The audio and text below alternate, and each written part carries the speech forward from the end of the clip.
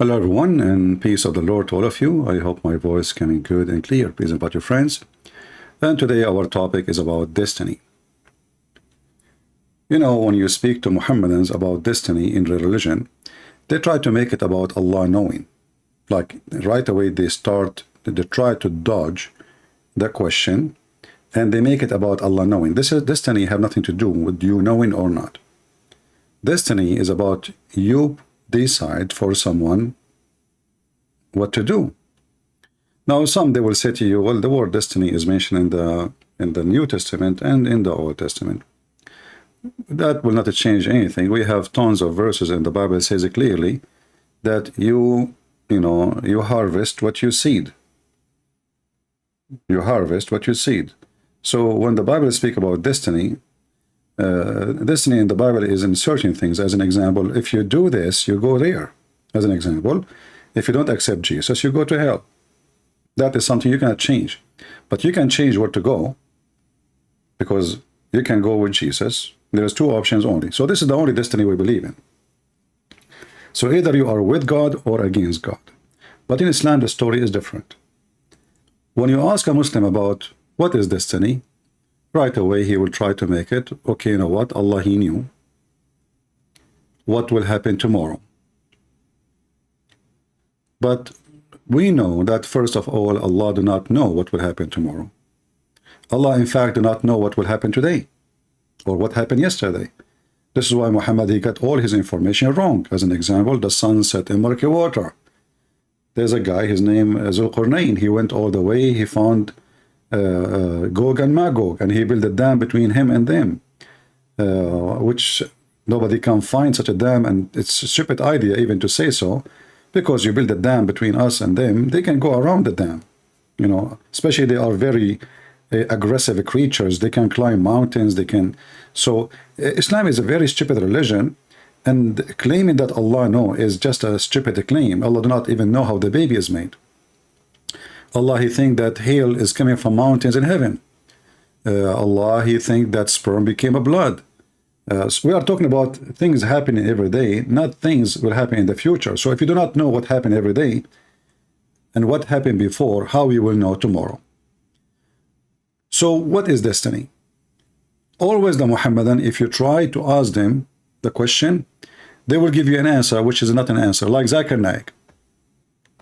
Zakir Naik, they ask him the question. A Muslim, he asked him a question. You know those funny program TV, which nobody is asking the question anyway. I think they fabricate the question and make a program about the question. So here in this video, Zakir and Yuka, they ask him about destiny. And Zakir Naik, he will give you the answer. Everything is destined by Allah, and if I commit any sin, then who is to blame? If I am destined to commit a murder, and then I commit a murder, but naturally, I will not be responsible for it. It is Allah who has destined it. Therefore, He will be responsible. Then, why should I be punished for this? As far as the question of this qadr is concerned, it's a common question asked by Muslims as well as non-Muslim about the qadr of Allah subhanahu wa ta'ala, and it's difficult to understand. I'd like to give an example for people to know that Allah subhanahu wa ta'ala has ilm ghaib, has knowledge of the unseen. As the word he said in Arabic, I will never understand what he said in the coming 10th century. I have no idea what he just said. Supposedly he's saying an Arabic word now. He has knowledge of the future. I'd like to give an example that if in a classroom there is a teacher who teaches the students, after 1 year has passed, before the examination, the teacher predicts that this child, he will come first class first. This child, he will get a second class. This child, C, he will fail. And once the examination takes place, and when the results are out, student A gets the first class first, student B, he gets a second class, student C, he fails. Now the question I would like to ask is that just because the teacher predicted that the student C would fail, can the student C blame the teacher saying that because the teacher predicted that I will fail, I have failed? But natural answer is no. The teacher predicted the student A will get a first class first because he knew that the student was studious and he was intelligent. Student B, he was an average student. Student C, he used to play hooky. He used to bunk school. He never used to study, never used to do the homework. So based on that, the teacher predicted that student C would fail. But student C cannot blame the teacher because the teacher predicted I will fail, therefore I failed. The student himself is responsible. Similarly, Allah subhanahu wa ta'ala has ilm ghaib. For example, when a human being comes at a crossroad, there are 5 roads from which he can choose. Road 1, 2, 3, 4, 5. He has the free will, he can choose any. He chooses road 3.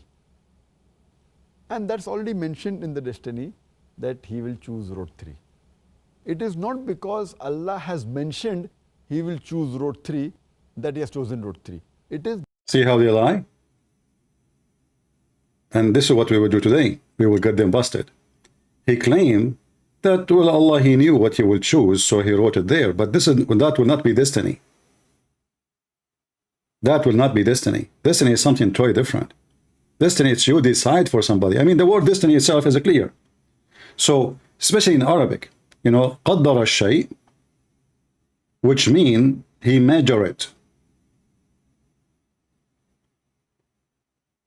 And now we will play for you other Muslim. And you will see the other Muslim, he will say the opposite. Are we talking about the same religion? Or we have different religion?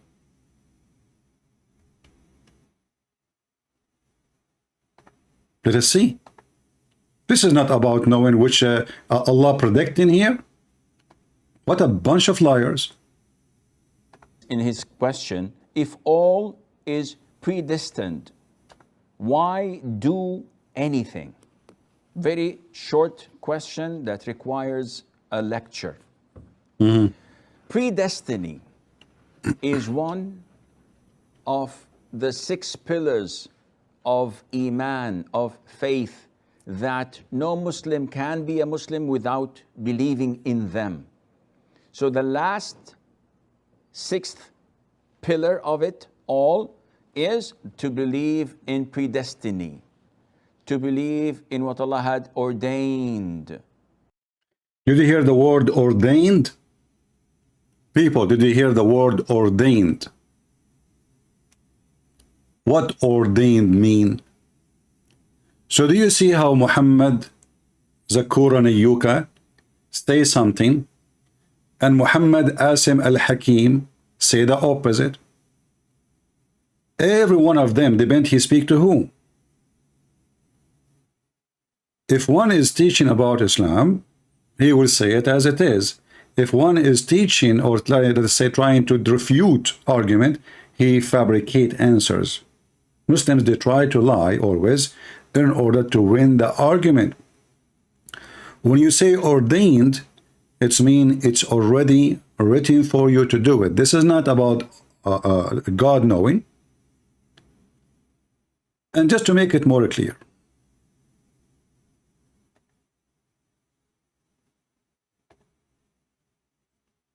this is Mufti Menk.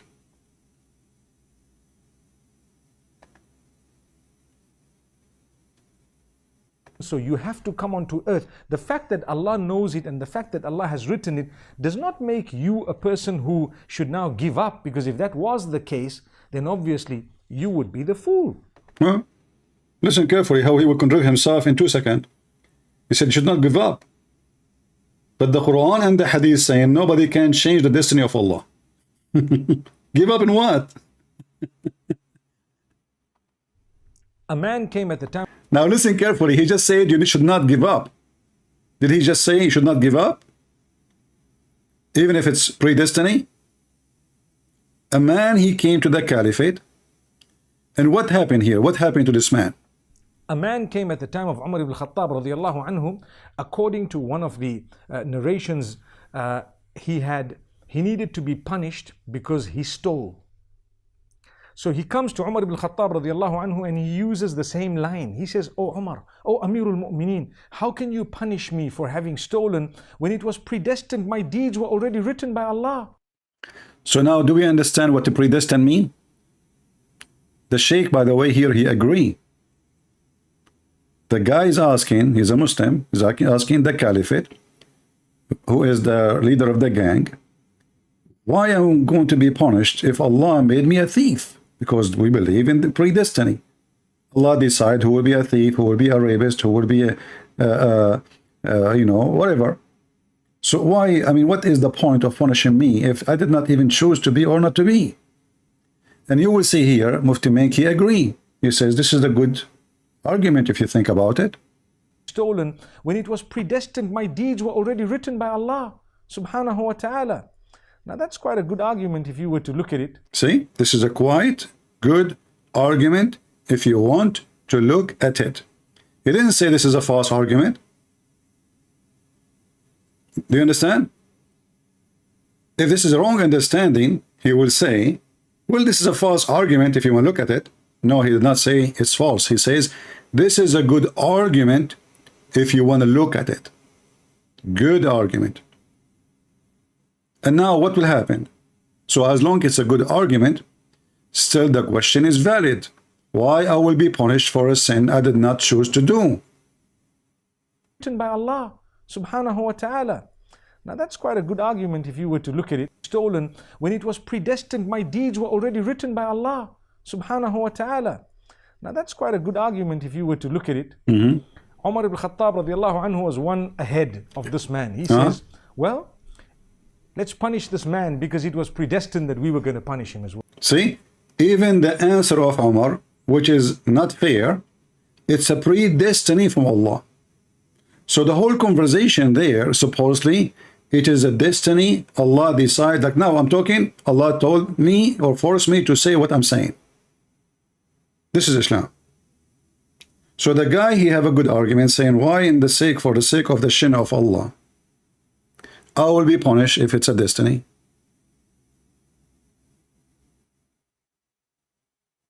The Caliphate supposedly he is outsmarting him. He says, you know what? It's predestiny for me to punish you. So either way, it's a predestiny. The thief, what he did by stealing, he is predestined to be a thief. The Caliphate, he predestined to punish him. Nothing in the earth here happened according to Muslims, except it's a predestiny. What about choosing faith? Are you a Muslim because you choose faith according to Islam? No. Are you Christian because you choose faith according to Islam? No. Or atheist or whatever. It's a predestiny.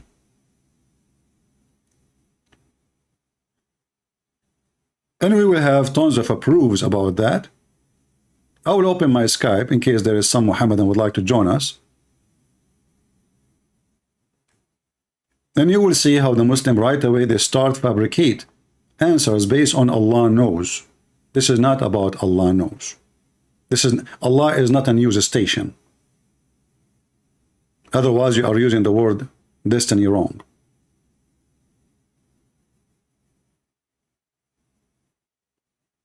If you are a Muslim, you would like to join us, feel free.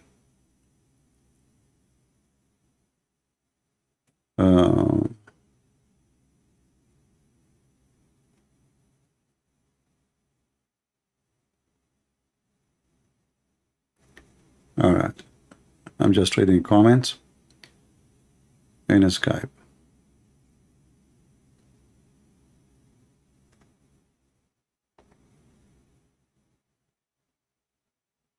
I don't see any Muslims.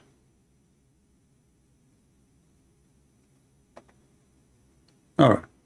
If you are a Muslim, you would like to join us, feel free.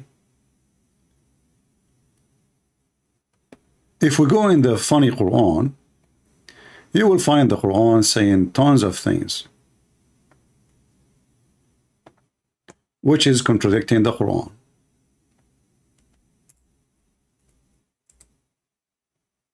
Chapter 76, verse number 30, chapter 81, verse number 29. And by the way, in the Quran, you will notice that the Quran is a book repeat, like non-stop. Like, you know, if you search one sentence, you might find the whole sentence in tons of verses. So what it says here, but ye will not except as Allah wills.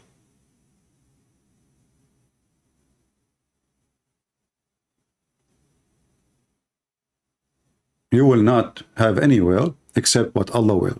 And this is Yusuf Ali translation, which I don't know. According to Yasir Qadhi, this guy don't speak Arabic. But anyway, I think all of them don't speak Arabic, including Mohammed. But you cannot will unless Allah wills.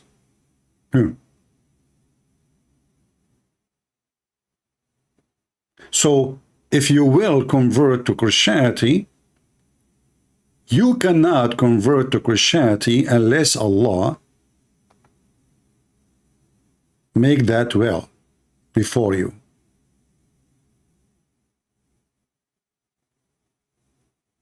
Are you with me? You cannot will. This is the same guy, you know, the same guy who says, I don't know. Google no. I have no idea. Shall I take him? Let us give him a chance. Maybe he grew up since yesterday. He said the F word to me in the chat last time. My friend, what testimony? Somebody told you I grew in the desert and I became a monk. What testimony? He's not answering. For the person who's asking about my testimony, what testimony? I will tell you about it. What exactly you want? Like somebody told you I'm a priest, or somebody told you I am a saint. What exactly you want? Like they keep repeating, can you tell us your testimony, testimony? What? Somebody told you like I'm the best man between men, and you want to hear what happened to me? What happened to me? According to Islam, Allah, He created me, and He decided that I will create someone, his name is a Christian prince, and he will spank me every day, non-stop, until He make the ass of Allah red. Here we go, you got my testimony.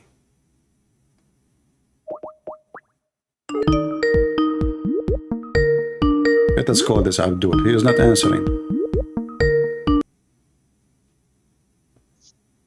Yes, Abdul. Yeah. Would you apologize for yesterday using bad language? 1 second, 1 second. Hello? Hello? Hello. Yes, I hear you. Yeah, What did you say? would you apologize yesterday for saying filthy language to talking to me? I did not say the F word to you. Why you are using filthy language?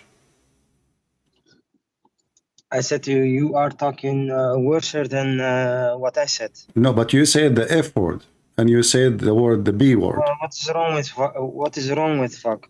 Nothing wrong, exactly. Your prophet, he said that. Is that correct? In English or in Aramaic? Your prophet, he speak English? No, that's why. Okay, So I he said didn't your say- prophet says that. You said to me in English or in Aramaic. Do your prophet speak Aramaic?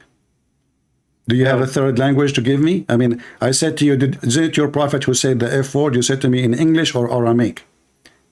As if your prophet, he speak any of them. I thought your prophet, he speak only Arabic. So I said to you, he didn't say it. Okay, so now focus with me. What do you think about the destiny that if you want to convert to Christianity, you cannot convert unless it was the will of Allah before you convert? What do you think? Do you agree?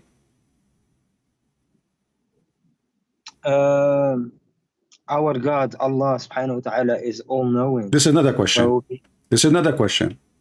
you are interrupting. This is not me. the question. Yes, I interrupt you because I know the Muslims are like I a want duck. to clarify my answer. Muslims I are want like to a clarify duck, my answer. but they are not ducks. They talk like ducks, they walk like ducks, but they are not ducks. They are chickens. I'm asking you, if somebody want to convert to Christianity, is that the Yes. will, if a Muslim, he's a Muslim, and he converted to Christianity, is that the will of Allah or his will? Everything is with the will of Allah. Everything. Okay, so he converted to Christianity because Allah decided that he will convert to Christianity, correct? Everything is in the will of This Allah. is not the so question. also that My friend, don't Yes. you see why I hang up on Muslims? But you have to repeat my question 1,000 times, lose my voice, and it's the same question. So the guy converted to Christianity. Is it because Allah made him convert, or it was his choice? It was his choice. So how is his choice? And the Quran says, but you cannot will unless Allah wills. It is his choice, but because Allah is all-knowing, He know the future, and He know what he's gonna decide. Well, this is not true, because the destiny, your prophet said, okay, you know, you saw me before showing your prophet hadith about Adam, correct? And you showing movies of Mufti Menk, and Mufti Menk is not a scholar. Oh, you are the scholars who do not know how to say your prophet name correctly. We don't accept Zakir Naik. Okay. He's not a scholar. Do you accept the Quran? I accept the Quran, and I accept. Okay, the Quran says in the front of you, chapter 76, chapter, Mr. Dictionary, chapter 76, verse number 30, it says, but you cannot will unless Allah wills. Yes, I said to you, everything is in the will of Allah. What do you mean? You told me it is the knowledge of Allah. There's a difference between the will of Allah and the knowledge of Allah. The knowledge of Allah, He knows, He don't get involved. The will of Allah, that means this is His decision. Everything is in the will. I said to you, everything is in the will and in the knowledge of Allah. So what is the will? So now you are saying the will and the knowledge. Great. So now the knowledge, we know what the knowledge. So what is the will? What is the will? What is the will? That you are breathing. What is the will of Allah? A guy, he became a Muslim, he became a Christian. Don't make me repeat the question. A Muslim, he became a Christian. Listen, a Muslim, he became a Christian. Yes. Was it his choice or Allah will? You said to me everything is the will of Allah. So was it by the will of Allah or the will of him? That a Christian becomes a Muslim is in the will of Allah. If a Muslim he become a Christian, what is that? Not the will of Allah? If a Muslim become a Christian, is that the will of Allah or not the will of Allah? You will not answer. If a Christian becomes a Muslim, Alhamdulillah, it is in the will of Allah. But it has a reason why someone becomes a Muslim or this is not the question, man. Focus with me. I'm not asking you for the reason, Potato. I'm asking you, listen, Potato. You see, I have no time for kids. Either you speak like a mature adult, Mr. Butt, or you don't. So when the guy, he converted to any religion, doesn't matter. When Christian convert to Islam, Alhamdulillah. Well, what a silly boy you are. So when a person convert to any religion, yes, is that his choice or it was a predestined choice of Allah, the will of Allah? Okay, you want the answer or not? Guys, he's asking me, do you want the answer or not? You want the answer or not? No, I don't want the answer. Should I hang up on you, you idiot? I want to give you the answer, but you're gonna why I have to repeat the question 1,000 times?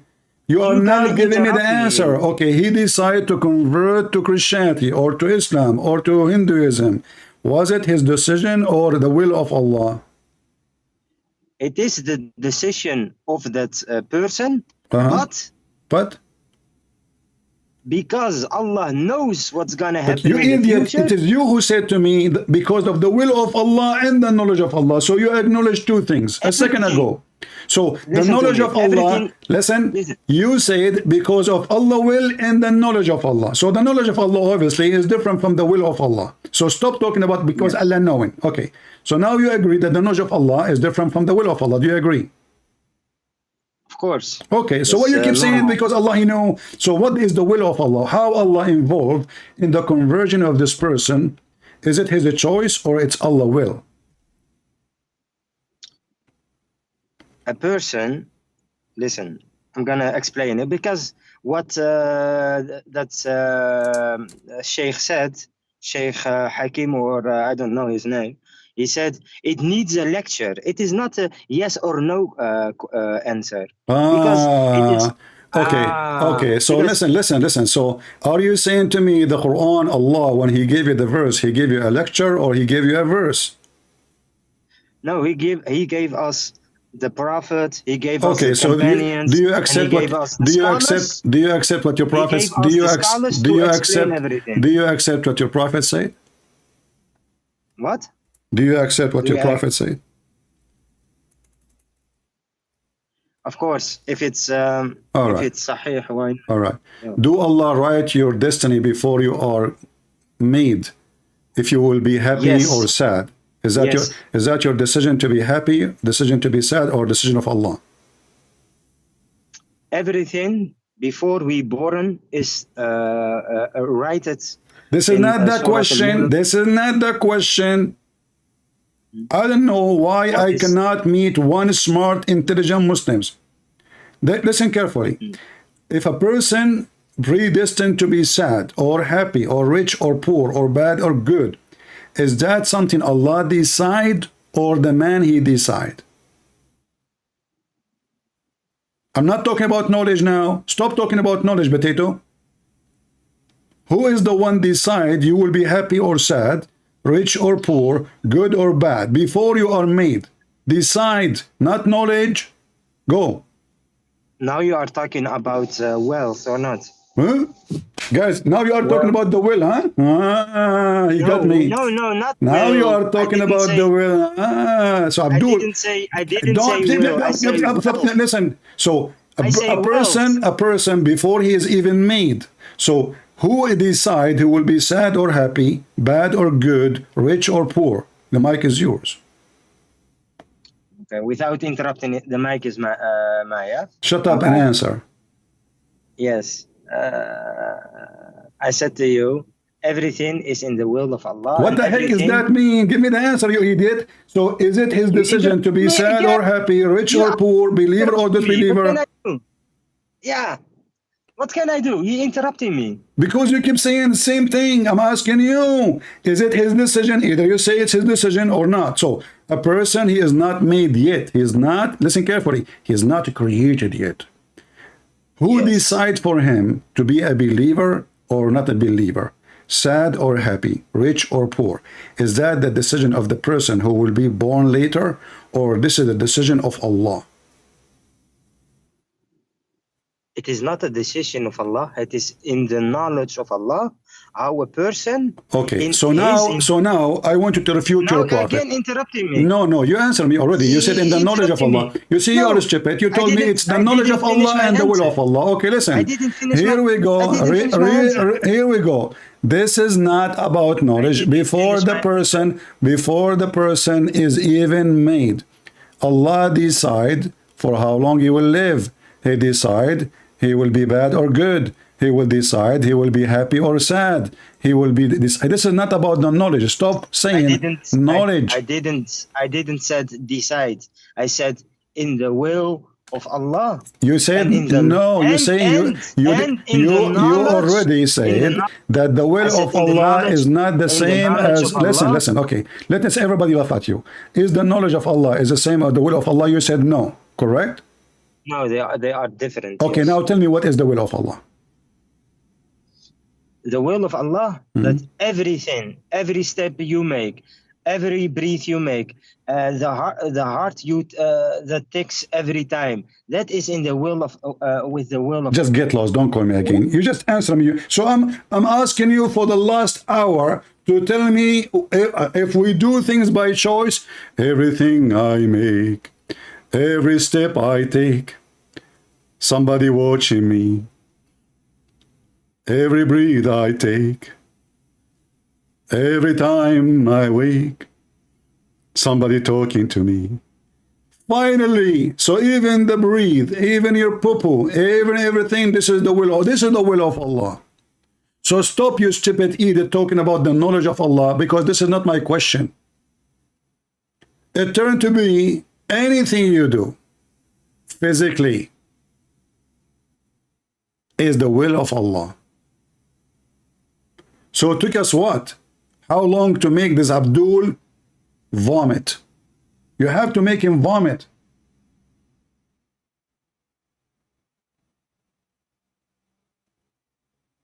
As long the will of Allah is different from the knowledge of Allah. So what is stupid? You keep saying everything in the knowledge of Allah, everything in the knowledge of Allah. And by the way, in the knowledge of Allah, there is nothing. We can't prove it.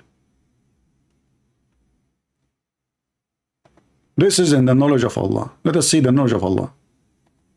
What Allah He knew.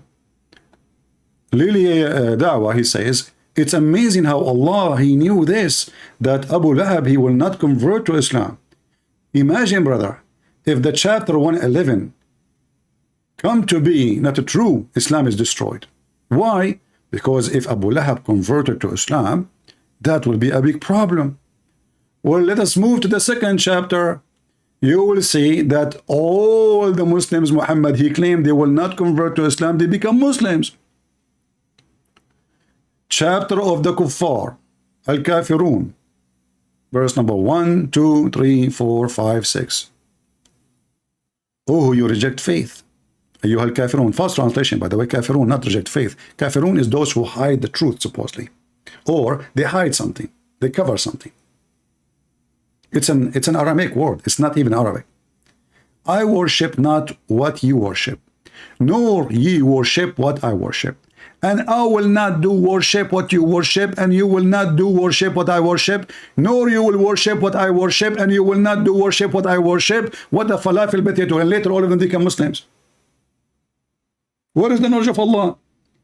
He just said, I will not worship what you worship. Oh, but all of us, we knew that Muhammad, he bowed down to the three daughters of Allah when he received the satanic verses, correct? So he did worship what they worship, because those pagans, they worship Allah and they worship his daughters with him. So Muhammad worship what they worship. This is number one, bust. Nor you will worship what I worship. All of them later they converted to Islam because Muhammad win the war and become Muslims. Nor will you worship what I worship. You repeat again. So Muhammad, God do not know the future. And we have tons of verses like this.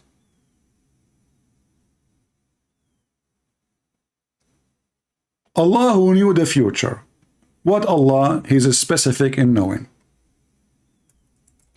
Allah is the only one knows what is inside the womb.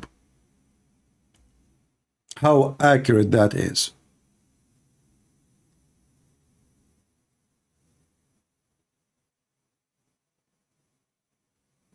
Allah, he knew what is inside.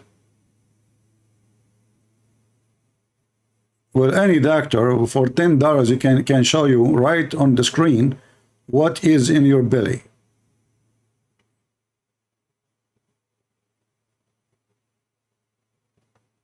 Allah is the only one, he knows when the rain will come. Is that accurate? Is that really something Allah he predicted, that nobody will know when the rain will come save Allah?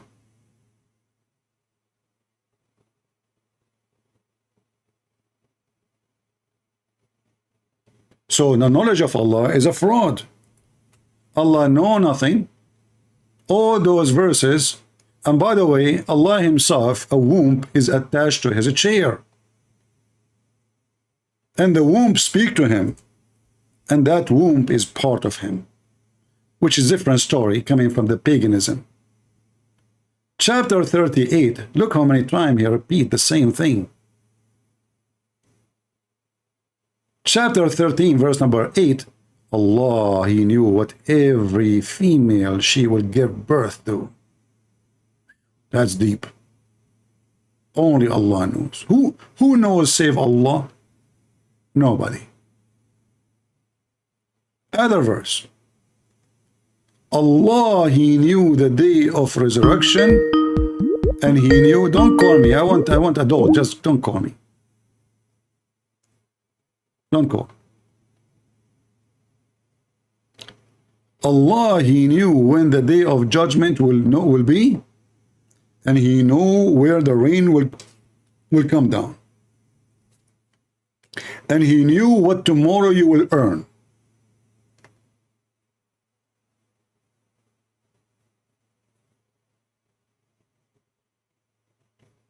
But there's many of those we know already. They can tell you a day in advance, sometime 2 days in advance, when the rain will come.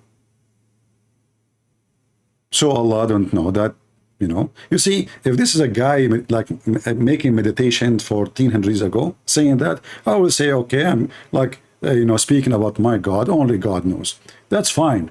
But this is Allah himself talking and telling us what is unique about him.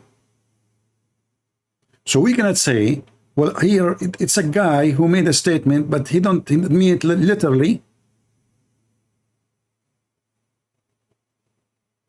Here he mean it literally. According to the Quran, hail is coming from mountains in heaven.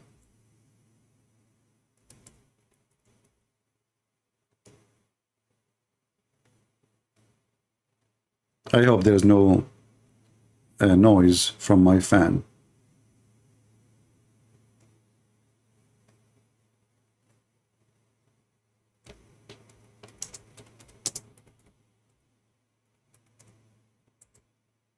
How Allah, he knew this, that hail is coming from mountains in heaven, and he break it down and he send it in us.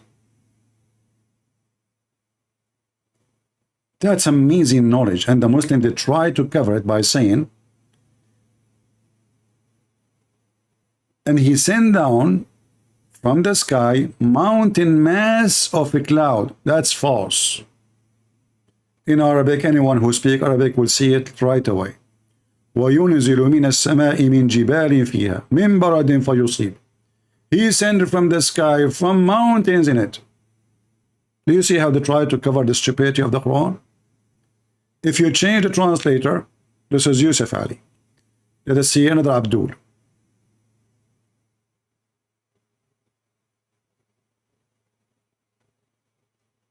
How does God, he says such a stupid thing? He sent down from the sky hail, between two brackets like this. You see that? You see and the Muslim, they said to you, we don't corrupt the Quran. Well, you just did. If Allah did not say like, why you are adding like? And what do you mean from the sky hail? Mountains?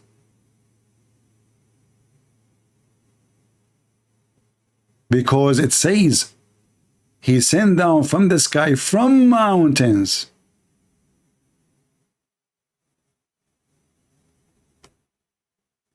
And now the translator trying to fix it, supposedly he's trying like maybe this what he meant. There are in heaven mountains of hail, from where he sent down hail. And yes, this is what the Arabic is saying. Chapter 24, verse number 43. 24, 43. The Muslim understanding, the Muslim explanation, their scholars, their big beard, not potatoes in YouTube, kids. He sent down from heaven, read carefully.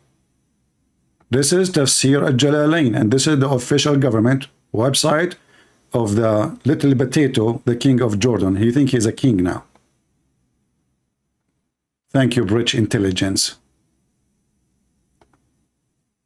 He sent down from the heaven out of mountains. In Arabic, min jibal. Men extra are the rain, they're in the heaven. You know, like this is like explanation for the word in Arabic. So Allah is all-knowing. Allah, he knew. They ask a Muslim about destiny right away, he'll tell you Allah knows everything. But as you see, Allah know nothing. Allah, he think the baby is created from a sperm who become a dead blood. Allah, he think that the thunder is an angel.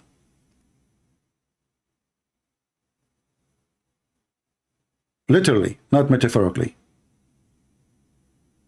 If you go to chapter 13, verse number 13.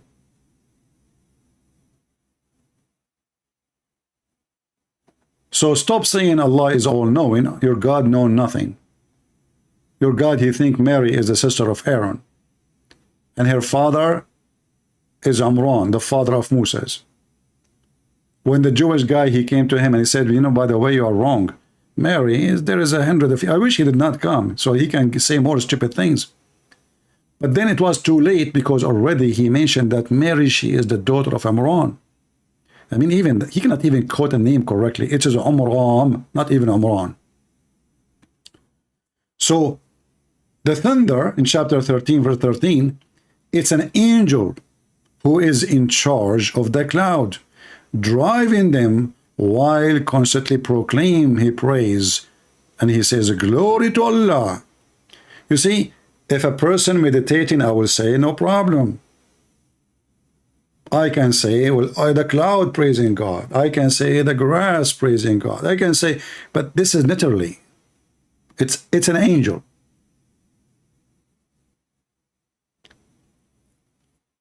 The knowledge of Allah is not exist. If you remember, not long time ago, Lily Dawah, peace be upon her, she said that the scientific miracles in the Quran is nonsense. What? Nonsense.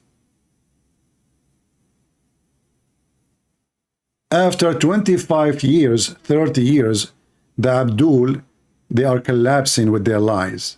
So all those years you were lying, thousands of videos, books, articles, it is a fraud. Not a single one of them is even true. In fact, it is the opposite. Going back to our topic. As long everything is by the will of Allah,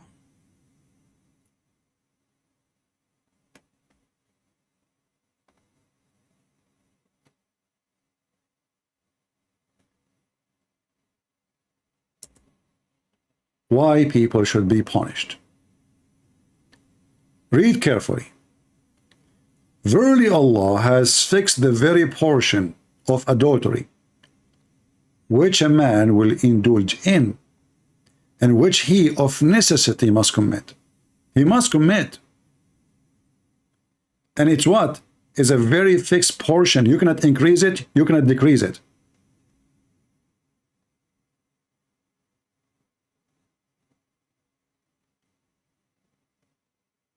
Everything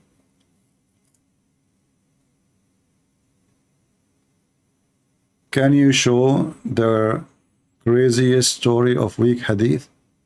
Focus with me, my friend. Focus with me. Please, guys, be mature.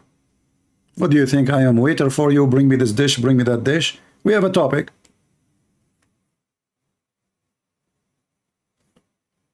So when you commit fornication, it's not your choice. When you do good deed, it's not your choice. If you are honest, it's not your choice. If you lie, it's not your choice. If you steal, it's not your choice. So what the choice we have?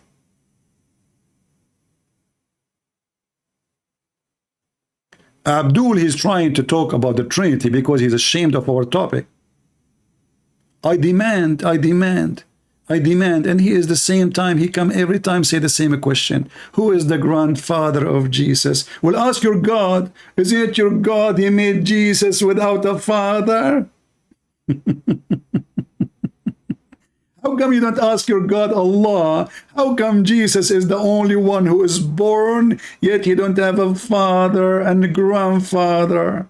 Potato. The Muslim, they have serious questions. Ask your God, how come your filthy prophet, who you claim he is the most honorable, he is dead, and the mosquitoes and the worms ate him, yet Jesus, who is supposedly not the best for you Muslims, he is in heaven playing chess with Allah. Those questions, they don't come to your head, but come to your head, who is the grandmother of Jesus? That's really what is. How come you don't ask Jesus, how come you can make a dead person alive? Which means if we ask Jesus right now to bring the idiot Mohammed back to life, he can do it. And he will, just wait. That is my Jesus, not like your prophet, While my Jesus was rising people from death, your prophet was going after a 6-year-old girl. While my Lord, he was making the blind see, your prophet went blind.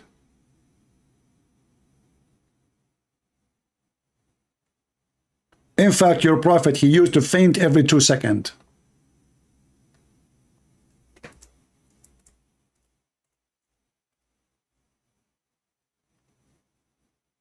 And you need to tell me why. Where is Allah? Oh, Jesus is not there. So the prophet, he kept fainting non-stop.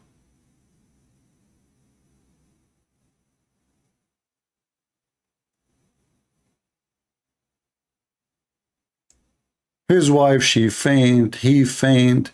I mean, the guy is a fainting machine.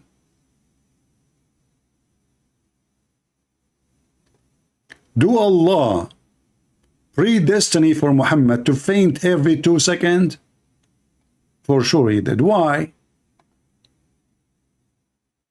Who is the one behind the fainting of the prophet? I want to know who is behind this conspiracy.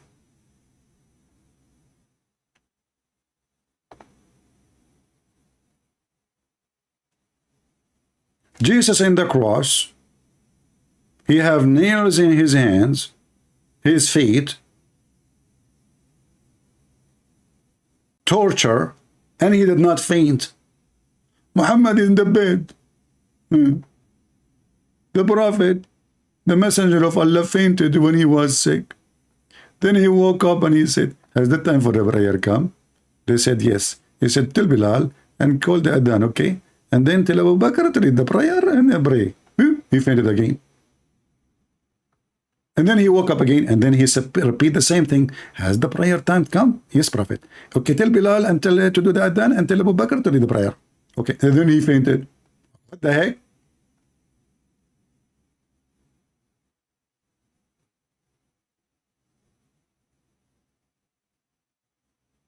Where is Allah? Isn't it your prophet, he said, that the Nagla seed can save any illness? Take Nagla seed. Is that from the knowledge of Allah that Nagla seed can cure any disease? Just do it then. You see, the translation says Nagla seed is the remedy for every disease. It doesn't say that. It says Shifa'un. It is the cure. You take Nagla seed, you become a horse. Like what you have a problem, any problem, like you have even sexual problem, take Nagla seed. You will become like a horse. Your wife, she will thank me. And the prophet keeps fainting. The doctor who cannot give himself a medicine. According to Mufti Menk, if Jesus, he waved his hand on the crowd, thousands of people will be healed. It doesn't matter. He don't even ask them, what is your disease? He just wave his hands and thousands of people will be healed. That is Jesus. And Muhammad is fainting. The last few years of his life, the guy, he can't even go to the bathroom. He can't even stand up.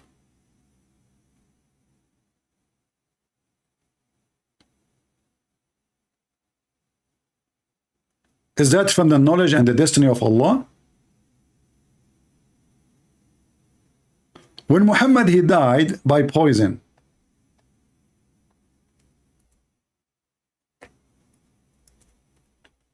was that a destiny by Allah? Isn't it, this is a good question?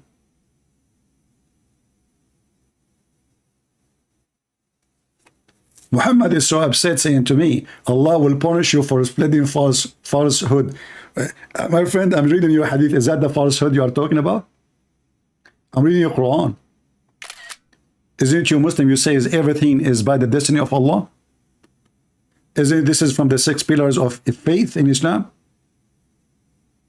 To believe in your destiny, which is Allah wrote for you 50,000 years before he created you, brother. So I want to know why Allah decided to kill Muhammad in such a way, and why he decided to save Jesus. As long everything is destiny, Jesus was saved from the cross by the will of Allah. No Muslim dare to say no. Muhammad, he died by the will of Allah. Wonderful. So I want to know, Mr. Falsehood, diarrhea, why Allah decided to kill Muhammad in such a way, and he decided to save Jesus. Remember, it's the destiny of Allah. Questions, it hurt their feeling. And not only that, when Muhammad, he said, I feel as if my aorta is being cut off from that poison. And again, by the way, this is Sahih Hadith. You cannot say this is a weak, da'if, that, you know, the game, potatoes. Isn't it this is the Quran says, that there is a destiny. If Muhammad, he lie or fabricated, I will cut his artery. Allah said. Chapter 69, verse, Muhammad, he have all crazy stuff in chapter 69. That is a very favorite sexual position for the Prophet. If Muhammad had forged a false saying concerning us, Allah is one, by the way, but he like to say us. He's not comfortable with saying with me. I mean, think about it. Which one is better, being many or one? For sure, many. So Allah is very, very satisfied monotheist God. He loves to say us, because one, he is not. And me alone? Me? Me? No. No. Don't say that. Disrespect. Us. I mean, this is one of the funniest, stupid things about this cult. They claim that their God is monotheist, and then their God who is monotheist, he loved to call himself us. So Mr. Us. Again, he say, we. Yeah, we or you? We. Okay, who is going to make decision now? When you say we, how many of you? No, it's only me. So why you say we? It's a fake we, fake we. It's just because I feel better. It's not a true we. Now I know why the ambulance, they say we. Okay, so we surely have seized him by his right hand. And by the way, where is everybody? Why we have only 1,667? Do you want me to ask Allah to curse you all? I will tell you a true story. Once I have like 2,000 people watching, and they were not behaving, so I cursed them. 2,000 people, second day, they woke up in the morning, they look like me. Unbelievable. And then like I start receiving letters from the court, what you did to them, you know, like black magic, well, you know, they sue me. And then I have to take them to Thailand to make surgery to get them back to the previous look, you know. But it was Allah, the will of Allah.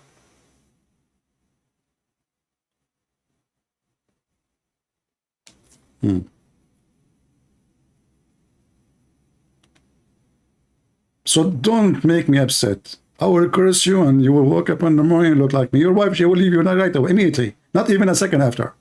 Like, who's you? Who are you? Who you look like, Christian Prince? And then you can even speak like me. You will say to her, first of all, I am the Christian Prince. I am Zakir Naik. And then she will die laughing. She will have an attack. You'll have a new wife. Don't worry. So we surely should have seized him by his right hand. If he did what? If he fabricated the Quran.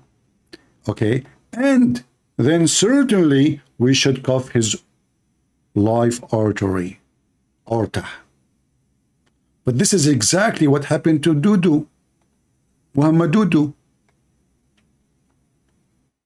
Do you see, brother, how we prove the destiny of Allah? It was predestiny.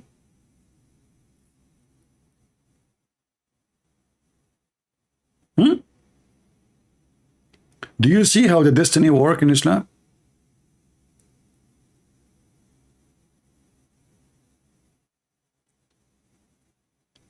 The hadith we mentioned before about Adam committing sin. And by the way, you cannot take what Muhammad say for granted, because Muhammad, he says that Allah wrote destiny In one place he says 50,000 years, in other place he says 50 years or 40 years. I mean, why the numbers for Muhammad, they are not fixed? Here it says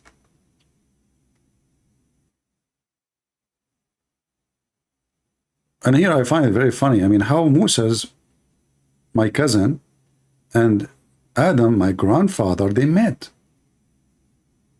As I know, there's a long distance and time between them. But you know, in the Middle East, things can happen. Both are Middle Eastern, so what you expect? Yeah.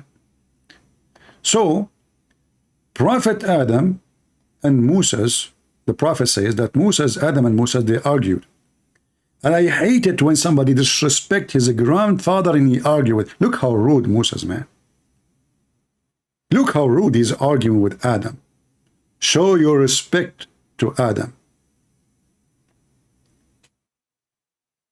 And he said to Adam, oh Adam, you are the father, our father, who disappointed us and turned us out of paradise. And by the way, this claim here is proving that the lies the Muslim, they say that Moses was a Muslim, is a big fat lie, because if Moses was a Muslim, he shall not and should not say such a statement, because this is what the original sin is. Original sin is because of Adam we are out of heaven. Muslims, they refuse that. They don't believe in that. And they claim that Moses is a prophet, he's a Muslim. But as you see, the Muslim prophet, he do not know the very basic teaching of Islam. Look like he is a fake prophet, fake Muslim prophet. And then Adam said to him, oh Moses, Habibi, Allah favor you, and he talked to you directly, and he wrote the Torah for you with his hand. By the way, the Muslim believe that God did not write the 10 Commandments to Moses. They believe that Allah, he wrote the whole Torah. So imagine the poor Moses, how many rocks he have to carry with him down from the mountain. The whole Torah in rocks. Hey Moses, where are you going? Oh, I have like 3,000 rocks left, 5,000 rocks, 10,000 rocks. Moses, are you joking?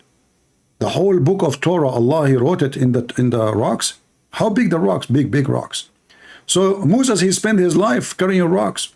You know, he go to the mountain, Allah, he write a rock for him a day. He come back, okay, he delivered to the Jews. A week after he go to the mountain, Allah give him another rock. And this is how the Torah, brother, was created. This is why in America there's mountain, they call them the Rocky Mountains, because Moses was there. Otherwise, what they call it, Rocky Mountain? There's no rocks there. Because all the rocks, Moses took them. Allah, he used them to write the Torah, and Moses carried them all the way to Jerusalem, which is not far. So Allah write it by his hand, and listen carefully here, by his hand. By his hand. Okay, so Allah, if you want something to happen, he said let it be, is going to be. So why he's using his hand? Isn't it you Muslim, you say that Allah created the pen and he ordered the pen to write everything? What happened to the pen? Is it out of ink? Let us see, maybe we can find the pen story. Where is the pen story?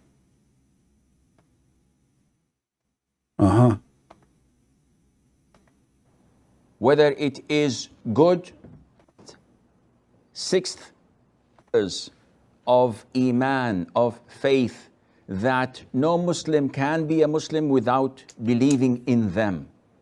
So the last sixth pillar of it all is to believe in predestiny, to believe in what Allah had ordained, whether it is good or other than that. Now, people are usually confused. So they ask, is everything written down of our future? Yes. My spouse? Yes. My children, my provision, whatever is going to happen to me until I die? The answer is yes. The Prophet told us, alayhi salatu wasalam, when Allah, the Almighty, created the pen, He ordered the pen to write I mean, look, Allah is busy. I mean, why you want to write anything? But in there it says Allah, He wrote the Torah by His hand. So Allah created the pen, and what the pen does, like, do Allah hold the pen, write with it? What happened? What do you mean exactly? He ordered the pen to write. Oof. And the pen asked, what should I? The talking pen? The talking pen? Hey, pen, start writing. Oh Allah, what I will write? Stupid question. I say to you, write, you write. Doesn't matter what you write. I mean, have you ever heard of a God? He said to the pen, write? Shouldn't you tell you write what first? I mean, why you say write and you stop? And the pen is talking to Allah. Is the pen is like a creature, you know?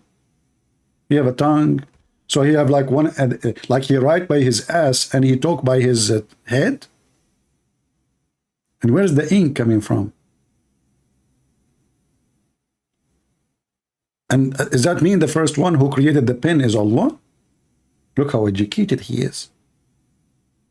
Okay, what he told the pen, and look at the face of the pen. Look, the pen, he's telling you now in the video, Allah, what I should write, look at the face. This is the pen. You see how the pen look like?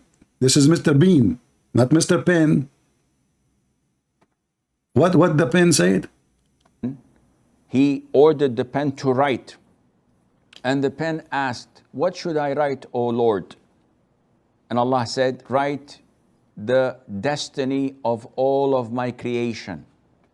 Mosquitoes, chickens, all my creations. Yeah. Okay, sorry, I need to go to the bathroom.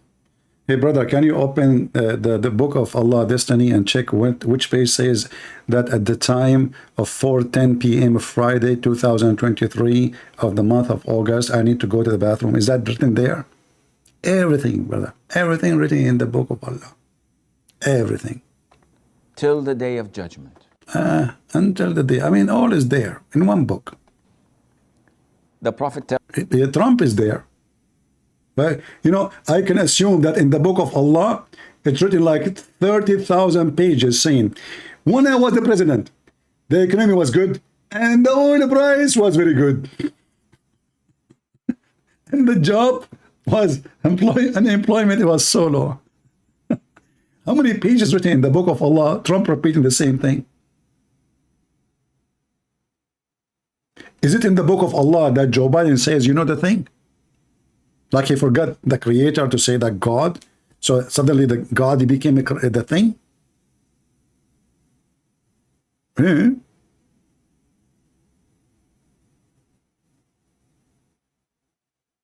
This is all in the book of Allah. Okay. I'm truly convinced. tells us, alayhi salam, this was 50,000 years before Allah created the creation. Look, 50,000 years, but in the hadith it says 40 years. I mean, do you see how Muhammad, he cannot match his words?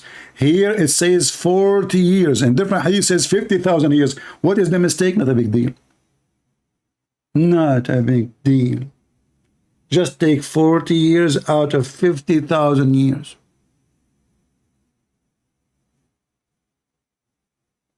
I mean, this is a prophet of God.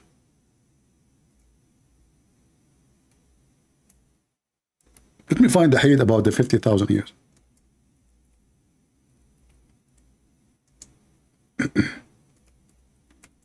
This is a clear proof that Muhammad is a false prophet.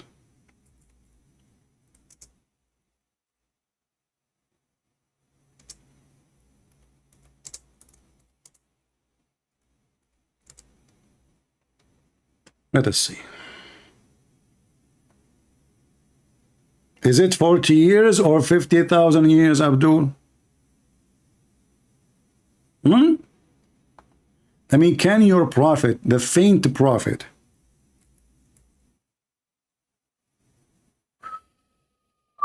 look at this. The messenger of Allah, he says, God recorded the fates of all the creators 50,000 years before creating the heaven and the earth, and his throne was above the water. Abdul, how he was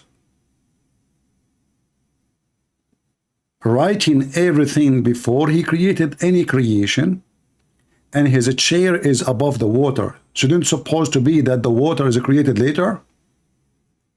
Look, it says there. You might think he's talking only about creators as you know, like just creatures. No, we can show you he meant everything. Like there's a hadith, someone he asked Muhammad. Let's try to find it.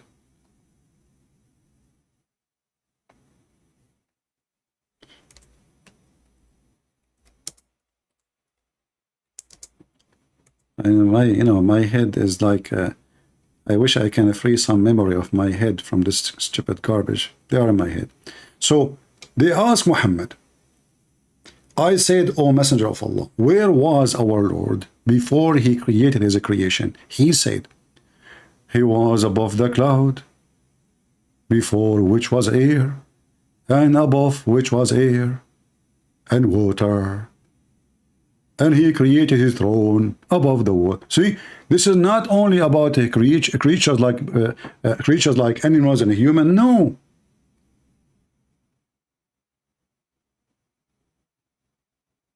So how the question saying, where was Allah before he created all his creation? Any creation. He said he was above the cloud, which was air. And above which was air and water. Above Allah is air and water. And then he created his throne above the water.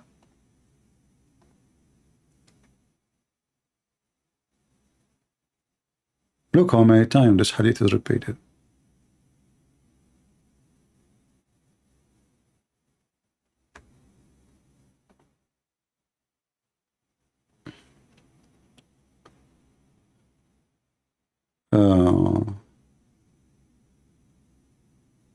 Let us see if we have any Muslim with beard. I don't see any Muslim with beard. Okay, what about without beard?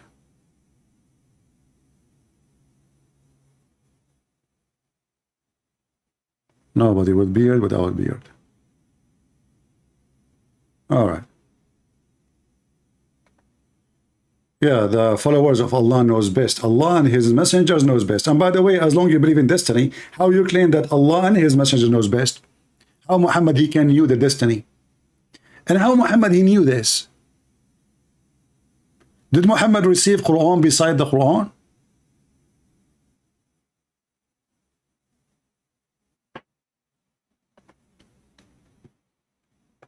The idea of destiny, the destiny of sin, is a very demolishing belief for the cult of Muhammad. Because why in the world anyone want to follow somebody? Let us say for the sake of argument it's true.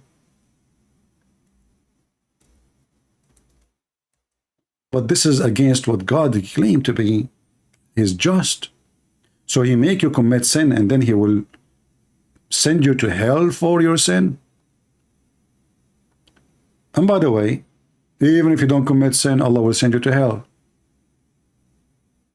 If you remember, we have Abdul, he called me 2 days ago, and when I showed him the story about the baby, the infant who died, I said, okay, well, how come the baby don't have a sin, and yet your prophet saying he might go the other way? He said, well, he is telling her that we should not say that. But then the idiot himself, he said that his prophet in different hadith says that this baby will go to heaven. I thought you should not say that. Because saying where he will go is a prediction. So do you see how stupid they are when they try to cover the poo-poo of Muhammad? Why Muhammad say to the women, to his wife, it might be other way. You know, he said it might be other way. He did not say, don't say this. He said it might be the other way, which means he might go to hell. A Muslim, he tried to duct tape it. He says, there is other hadith says, the prophet says, a baby will go to heaven. But that means Muhammad is a fraud. Muhammad is the same as a trucker Carson. You say to him, Russia is the attacking Ukraine. He say the opposite. You say to him, Ukraine, anything you say to him, he take the opposite, so he can be known. Someone driving in the highway in the opposite direction, so everybody would talk about him in the news station. Oppose. People say white, he say black. People say black, he say white.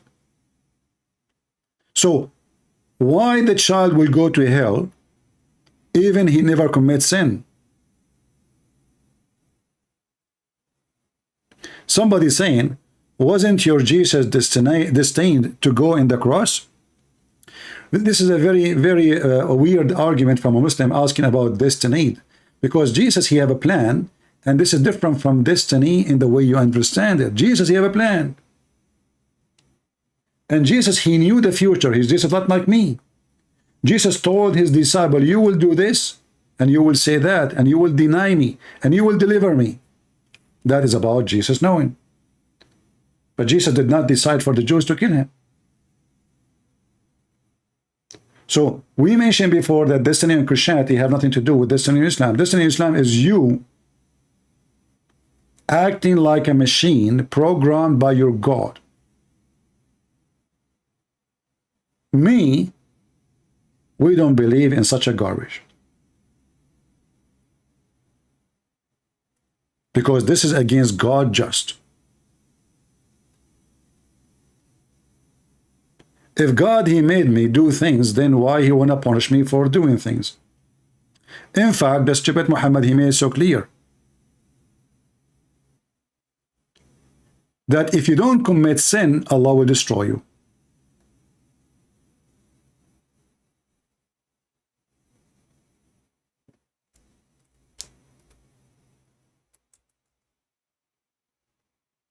Let us find the hadith.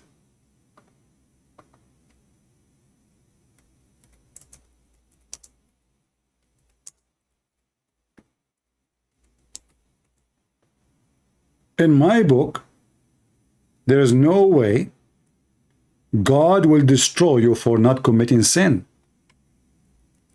In your book, God will destroy you for not committing sin. And he will bring people who commit sin. And by the way, here this is showing that Muhammad and his God, they have a mental issue. So what this drama is about? Follow the Prophet, obey Allah, and then destiny. And then if you don't commit sin, Allah will destroy you. Do you see the stupidity?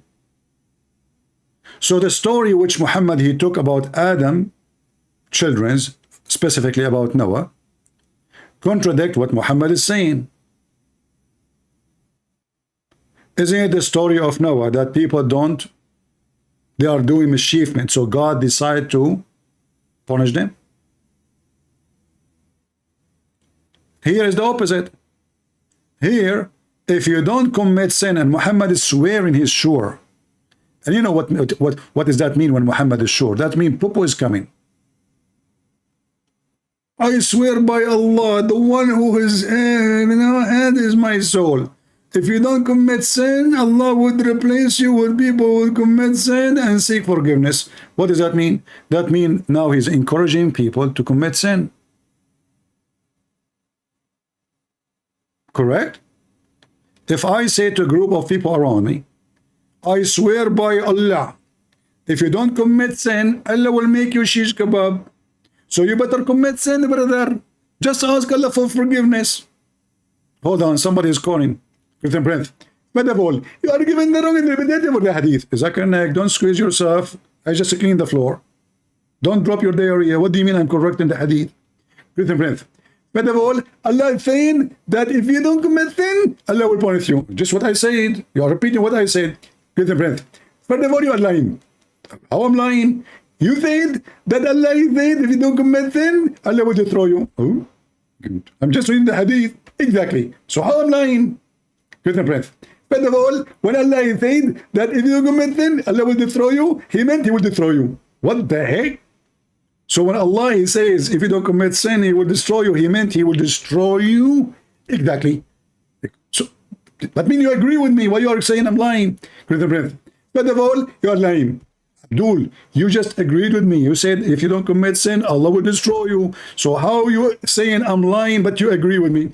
First of all, I am told that I am not agree with you because you are a Muslim. I'm Christian. Exactly. You're Christian. And because you're Christian, I can't agree with you. Why you don't agree with me? Because simply, if you bring somebody and he needs a long mathematics, what? Long mathematics. What mathematics have to do with this? As an example, you Christian, you say 1 plus 1 plus 1 is equal to 1. Don't squeeze yourself and bring me the real. What do you mean 1 plus 1 plus 1 is equal to 1? We never believe in that. Who told you believe in 1 plus 1? Who is the first one, the second one, the third one? Which plus? Idiot. Christian Prince. First of all, you have a wrong mathematics. Abdul, you just said that already. Give me something new. What about, I asked you about Allah. Allah Mr. We, Allah Mr. I, Allah Mr. Jibreel, Allah Mr. Spirit, Allah Mr. Shin, Allah Mr. Hand, Allah Mr. Foot, Allah Mr. Fingers. Which one of them is Allah? First of all, Allah is united. Who? United? This is why you say Tawheed. Isn't it Tawheed mean united? Exactly. So how you say you believe in monotheism and then you say Tawheed? Tawheed mean unification. Allah is unified with how many? So all those stupid religion is just a chain of stupidity. In one hand, Allah decides for you to commit sin. In the other hand, if you don't commit sin, Allah will kill you. And if you commit sin, Allah will send you to hell. However, if you don't commit sin, Allah will send you to hell anyway. If you remember the hadith where Muhammad he said,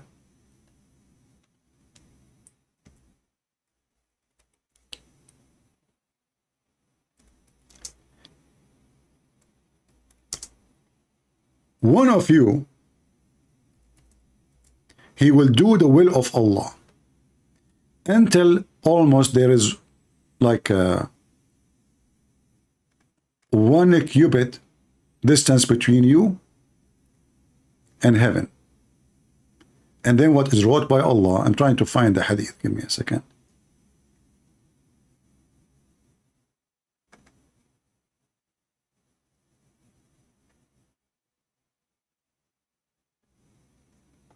All those hadith, by the way, are funny, but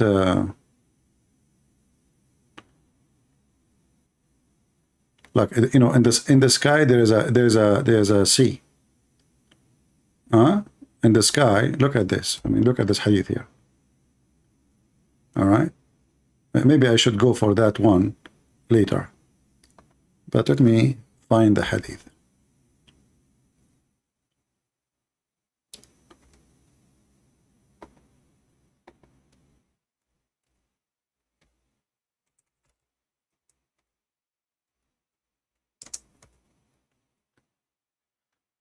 All those hadith in front of you on the screen, you can freeze the screen anytime and you will see the number. All those about destiny. Everything here you will see it's about destiny. But look at this one. This one is horrible. So Allah, he wrote your destiny. We just heard the guy saying, Allah, he wrote your destiny 50,000 years before he created you. When we spoke about Adam, Muhammad, he mentioned 40 years before his creation, not 50,000 years. And that's Muhammad contradicting his numbers as usual. Here, the destiny is not only written in the book, there is different story. When Allah supposedly is creating you, he sent his angel and he command the angel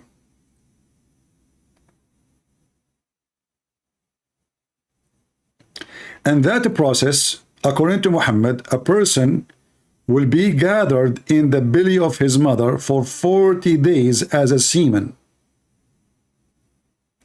which is very scientific, by the way. So according to Muhammad, I was doing vacation in the womb of my mother as a semen for 40 days. Gathered, like collecting more semen. Like more semen, Dad, bring more semen so I can be me. And Dad is working hard, making more semen. 40 days, brother. And then after 40 days, brother, because now the mama, she have enough semen inside her. Now you have a baby. and become not a clinging thing. It says alaqa, a dead blood. And then the dead blood become a lump. This is from the Quran, if you remember. But then here it says, and then Allah send an angel who breathes the life into it. Guys, do you know what does that mean? Who noticed with me how messed up Muhammad is? If we ask Muslims who is the one who created us, they will say to you, Allah. Who is the one who gave us life? Allah. Read. Allah sent an angel who breathes the life into it. Where life is coming from? From an angel. So who created the baby? Because remember, this piece of meat have no value without life.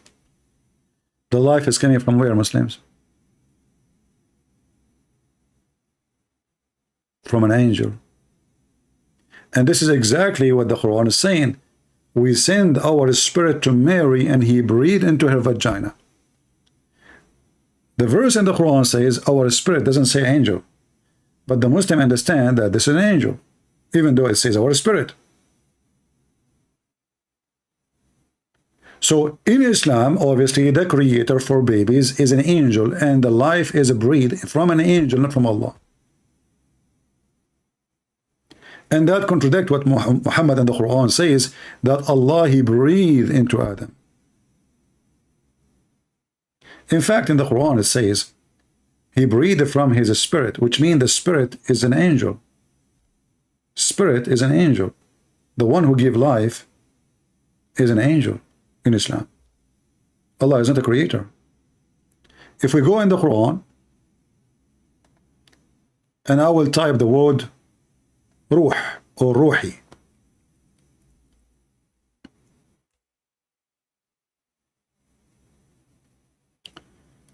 Chapter 16, verse number 102. Ruh is spirit. Next to it is al-Qudus, which means holy. What the Muslim they say here, it's an angel. Even though it doesn't say the word angel, it doesn't say Jibreel. That's why you see it in the bracket. But let's go to other verses.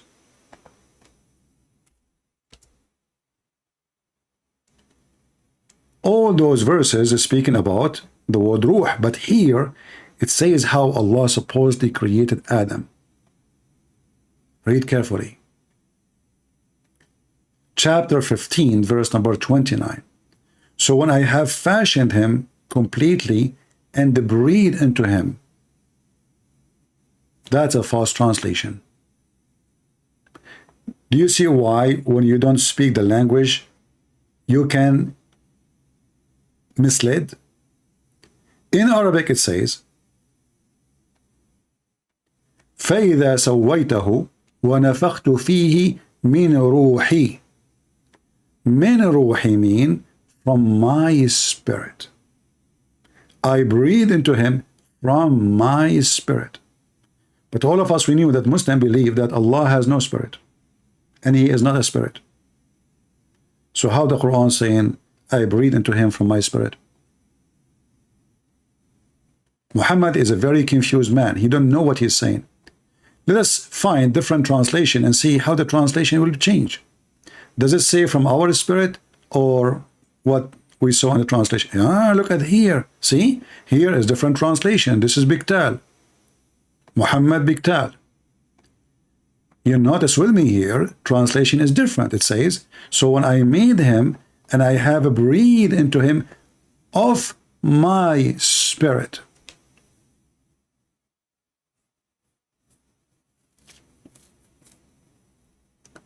As long as the spirit is an angel, so who is the one who created Adam? What is the source of life? Same time, the Muhammadan, they say that Allah is a Somad.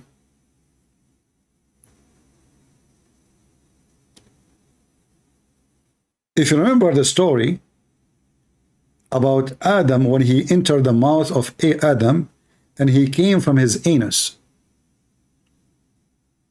Do you remember it? Who remember it?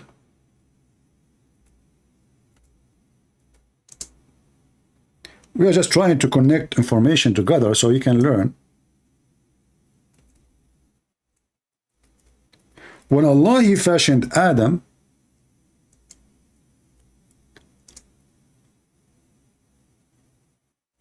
He left him as a clay for 40 years.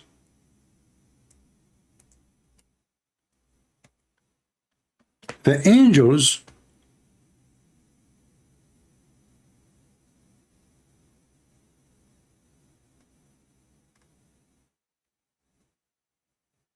they were wondering, what is that?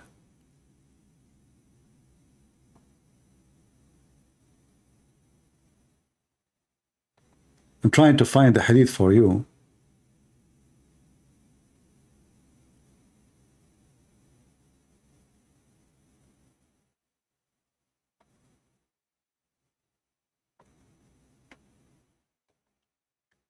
So when he fashioned Adam, he left him for 40 years, and then the angels, they were really worried.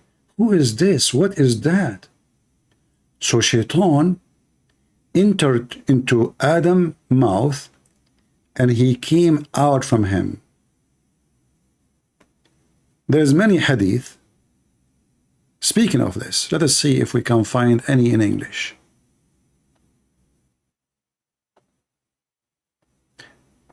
Don't forget to unsubscribe if you like what we do. Unsubscribe, not subscribe. This is one of them. When Allah fashioned Adam in paradise, He left him as He liked him to live. And Iblis, he roamed around him and see what actually that was, and he found him hollow. Different hadith says that he entered from his mouth, he came out from his anus. But look here, this is why I'm mentioning this hadith for you.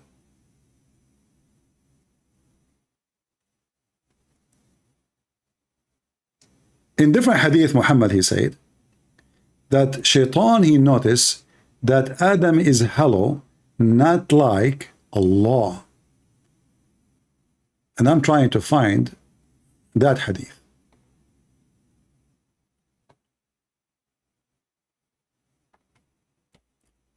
Let us see this one.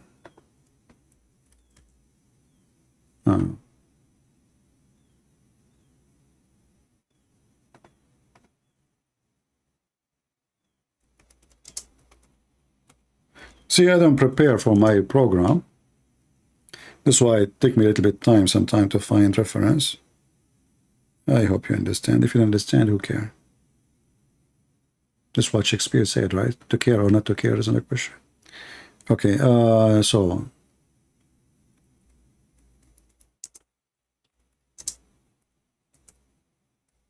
let us see if we can find it. So Allah is not empty inside.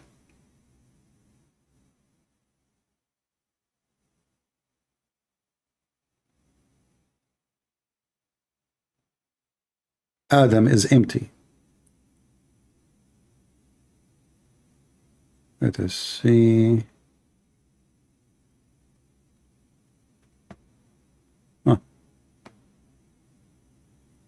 Let us see if we can find this one in English. I found the hadith in Arabic, but now we need to find it in English.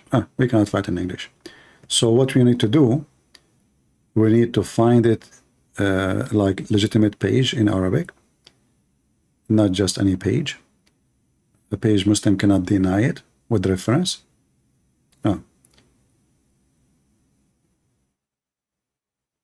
Maybe this one here can help us.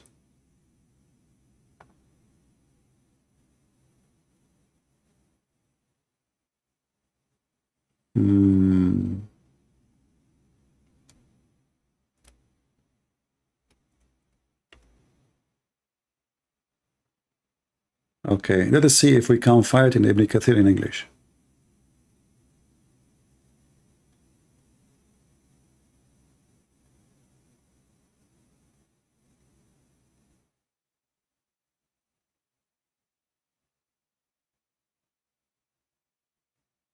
If we go in the Quran,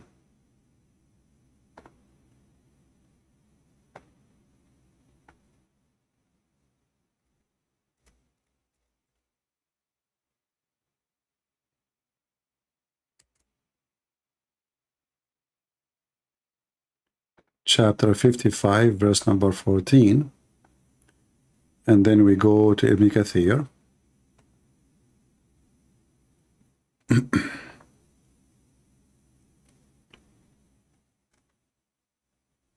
If you are a sheikh with the beard, without beard, give us a call. All right? Try it. You will leave Islam.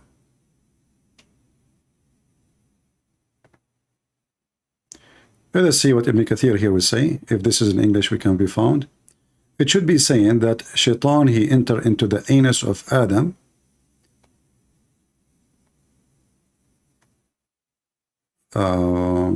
It's not there. See, Ibn Kathir in English is not the same as Ibn Kathir in Arabic.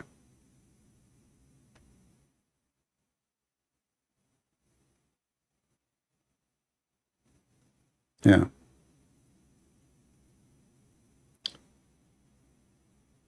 Let us see the, maybe if we open the page before it. Let us go to 1 to 13.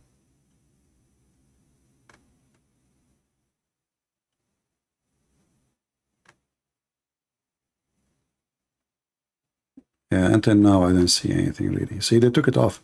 If we go to Ibn Kathir in Arabic, we will find it clearly saying how Shaitan went around him and how Shaitan entered into him, and how some scholars they say that he entered into his anus, and some scholars they say he just looked through his anus.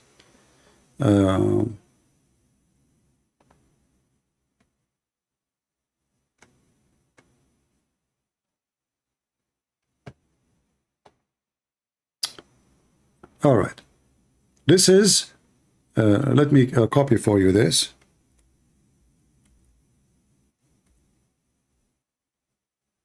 You need to use Google Translation, remember.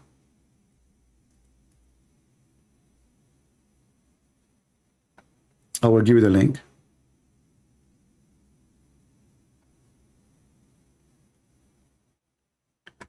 When you translate the page, you will see where it says 14, number 14.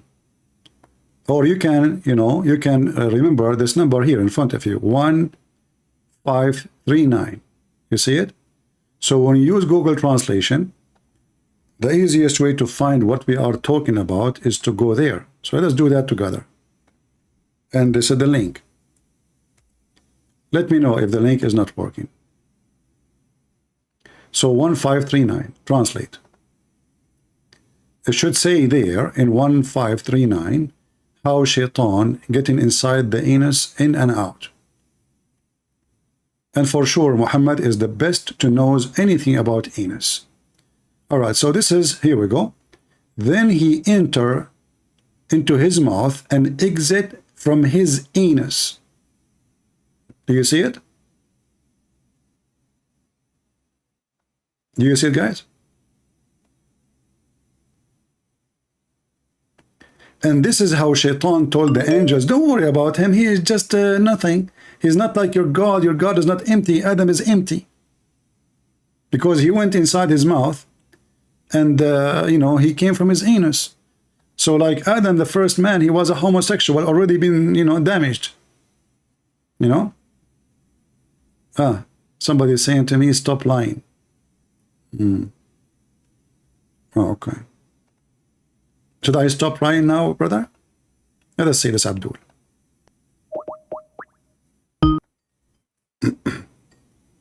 That's it. Abdul said to me, stop lying. What we can say? Hello? Hello? Must be Fakira. Fakira, Fakira. Fakira, stupid Fakira.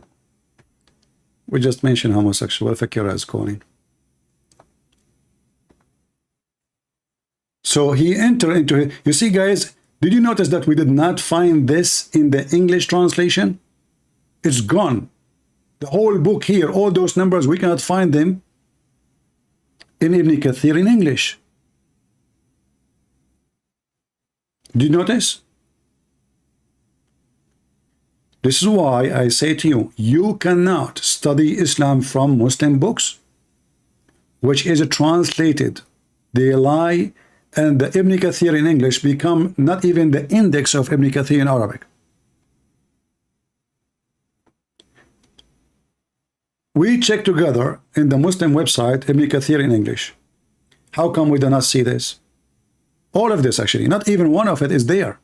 All of those things is not there.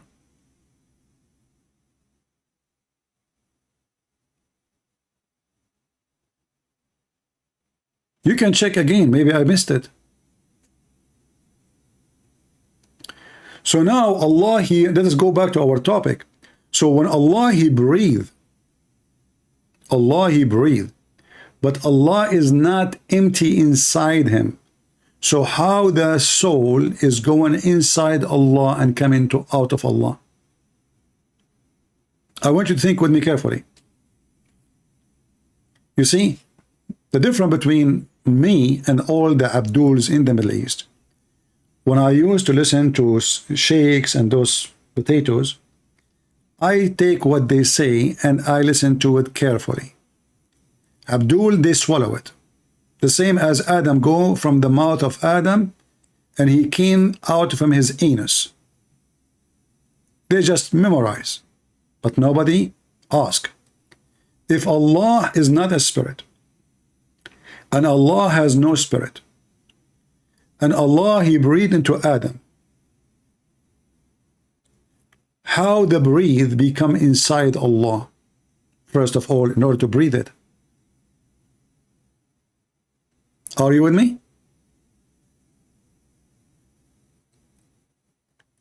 We just showed you all the reference that Allah, He breathed from my spirit, He said. He breathed from my spirit. Okay, wonderful. So Allah breathed, saying, I breathe from my spirit. But according to Muslims, Allah has no spirit, and He is not a spirit. So the spirit He is breathing, it is something, a foreign object. It's not from Allah.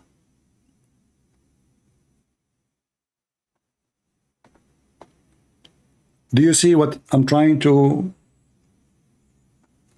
understand? If He is not empty, because this was Shaitan, he said, your God is not empty like Adam. So Allah is not empty. All right, so He's solid like a concrete idol. Allah does not have a spirit. This is what the Muslims believe. We showed you the hadith that Allah, He sent the angel and He breathed the spirit of life. The angel, He does that. Okay. So when the Quran now, He says, I breathe into him, where the breathe coming from if Allah has no breathe?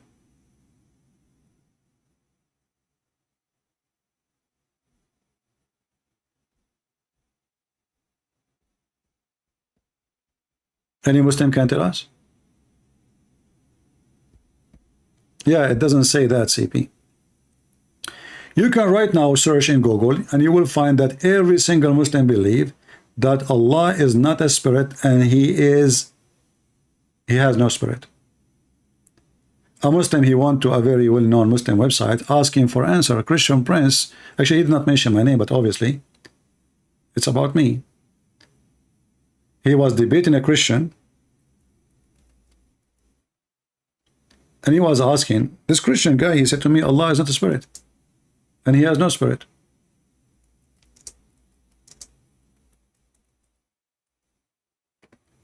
And many Muslims, by the way, maybe 95% of them, they do not know that Allah is not a spirit. and he has no spirit. Islamic question and answer. He is debating with a Christian and is asking, does God, Allah, supposedly have a spirit? The answer, no. Praise be to Allah. No one have the right to describe except what Allah He described for Himself. Blah, blah, blah, blah. Okay, now the answer. The spirit or a soul is not one of the attribute of Allah. Rather, it is one of the things that has been created by Allah. Solve the problem now.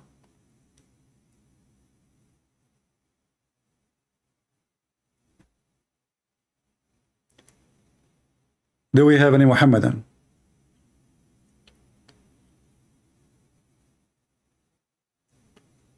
Allah is not a spirit. He is a solid object. He have hands. He is solid inside him. The Muslim, they claim he knew the future. We prove it to you many ways. They claim that Allah can predestine. Allah cannot predestine anything. Because according to Islam, bad things will happen to you only by Allah's destiny. And Allah, He promised Muhammad that good things will happen to him. Not only that, Allah, He promised Muhammad that He will protect him. Not only that, Allah, He promised Muhammad He will protect him from anyone making fun of him.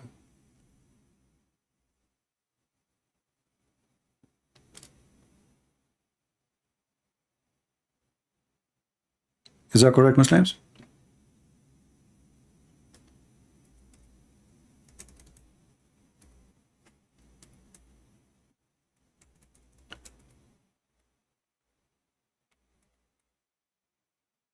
And as you know, that's what I'm doing right now.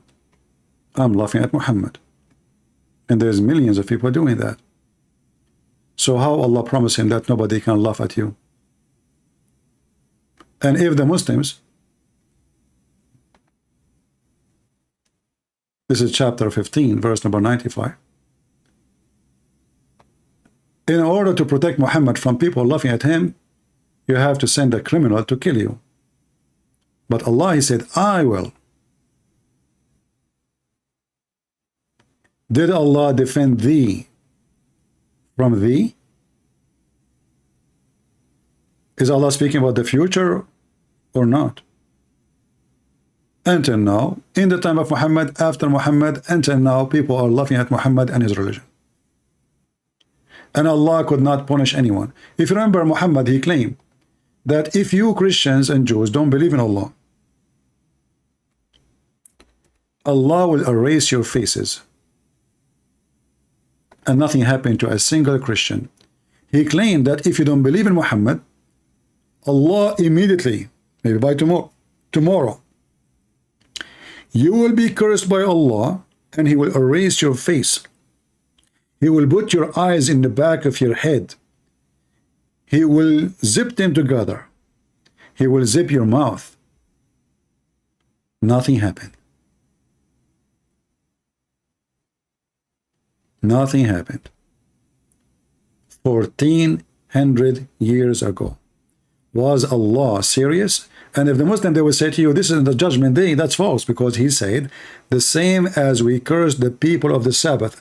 Supposedly, this is a story where the Jewish did fishing in Saturday, so Allah cursed them, made them pigs and monkeys. Did Allah wait until the day of judgment? No. He said, the same as we did in the past. The same as we did. This is not about judgment day. So, Allah destiny is a stupid. Allah ethic is bad. Allah logic does not exist. He will kill you, destroy you if you don't commit sin. He scream at you if you commit sin.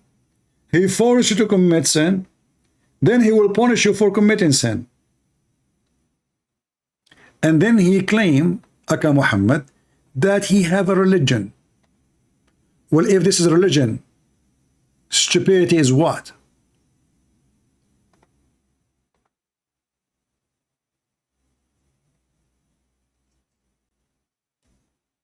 Needed to be punished because he stole. So he comes to Umar ibn Khattab radiallahu anhu and he uses the same line. He says, "Oh Umar, oh Amirul Mu'mineen, how can you punish me for having stolen when it was predestined? My deeds were already written by Allah subhanahu wa ta'ala." Now that's quite a good argument if you were to look at it. It's a good argument. Umar ibn Khattab radiallahu anhu was one ahead of this man. He says, well, let's punish this man because it was predestined that we were going to punish him as well. See? It's a mockery. The caliphate, now this guy is proud about the caliphate, that the caliphate is outsmarting the Abdul. But it is a mockery. As long he agree it's a good argument, why I will be punished if Allah made me a thief?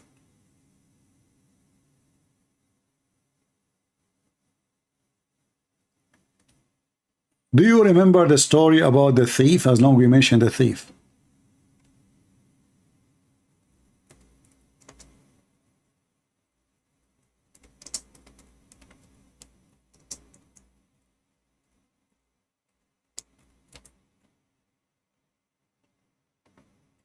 I find this is one of the funniest story. Actually, I remember this is like when I was like a teenage. When the sheikh he mentioned this, I was looking at him, and you know, I'm asking myself, like, what is the brain of those people? And I asked the sheikh. I said to him, "Sir, is this a true story? Is it like authentic?" He said, "Absolutely, absolutely, son." He's an old man. But if you read the story, you would die laughing. Let me try to find it for you. Just to show you that Muhammad, not only an idiot, and those who fabricated stories about him, trying to make him smart, like he is the one who knew the destiny. He knew the destiny of this man. I think this is the one. Read carefully with me. And let me give you the reference. Oh, not this one. Hold on. Our page is gone.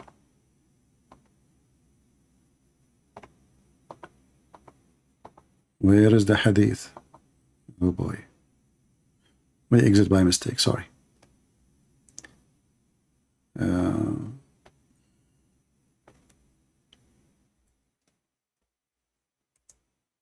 All right. Let us go back. So, if you read with me here, the Prophet said, if any one of you drink wine, no, sorry, this is not the one I want. This is a different one. This one. There is, this is another funny one, but the one I want is other one. It's more way hilarious.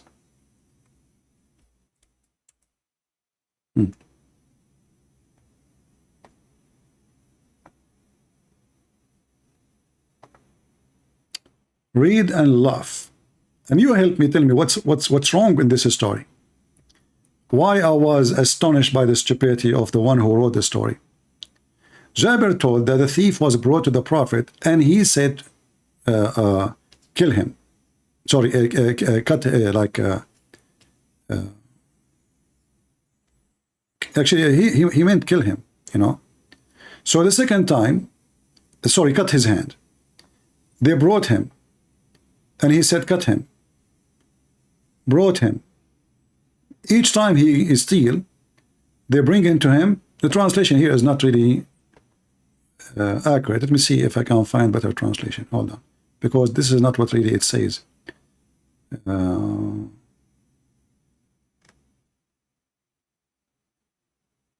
Let us see this translation. This is the correct translation. Not cut him, kill him. A thief was brought to the Prophet, he said, kill him. But the people said, Prophet, he's just committed theft. According to the Quran, if you commit a theft, you know, or those things, you cut your hands. First the right hand, then the left foot, the opposite one, and etc. So they said to him, but Prophet, he committed theft. So the messenger said, okay, we'll cut off his hand. So his right hand was cut off. he was brought for the second time. And he said, kill him. But this is against the teaching of Islam. Why you can kill him, the guy? He just committed theft. The people said, he has committed theft. The messenger said, okay, cut off his foot. So now they cut the other side of his body, the foot. They cut first time the right hand. Now they will cut the left foot. So now the guy, he have one hand is gone, the right hand, and one foot is gone. Focus with me. And then he was brought for the third time. And the Prophet said, kill him. The people said, but he committed theft. The Messenger of Allah. So he said, okay, cut off his hand. So now his two hands is gone.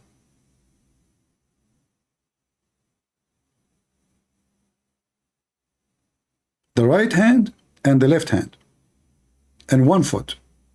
So he brought for the fourth time. And they said, he said, kill him.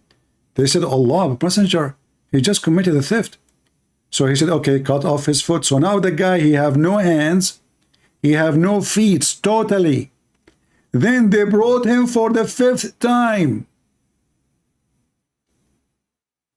The guy committed theft for the fifth time, but he have no feet, he have no hands. Who is the donkey when I believe in such a story? How the guy have no feet and no hands? He committed theft for the fifth time. And where is the merciful Prophet? Same time, a person, he lost his first hand, second hand, right foot. I mean, why you're doing that to the guy?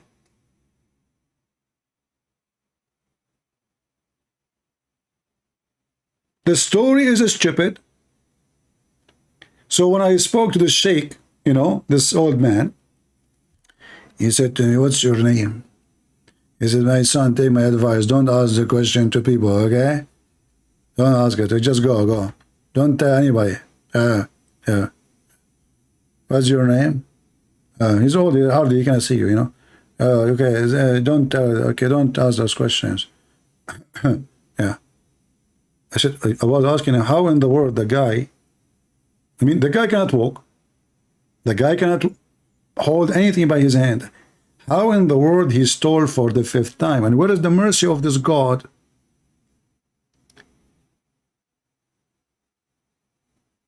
And did he stop theft? Based on the punishment, Allah is stupid because still the guy is a thief. And based on the story, Muhammad, he knew the future. Kill him. He's God. Hey Muslims, I thought only Allah, he knew the destiny of a human being. How Muhammad, he knew this? And if he predestined to do this, why you are even doing this to him? This is the reference. Let me pause it for you. You can save it. So as you see, my friends, Islam is just a stupid religion, if we can call it even religion.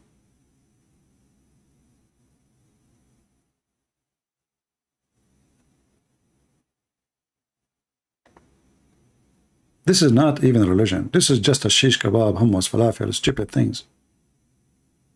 If there is any Muslim with a long beard, he dare to call me. Mayday, mayday. And you know, how come the Muslims did not cut all the limbs of Muhammad? He is the biggest thief in history, and they are proud about how many theft he'd commit. Even the Quran says that Muhammad was accused of a theft. He stole an underwear. And by the way, this is additional proof that Muhammad and his God do not know the future.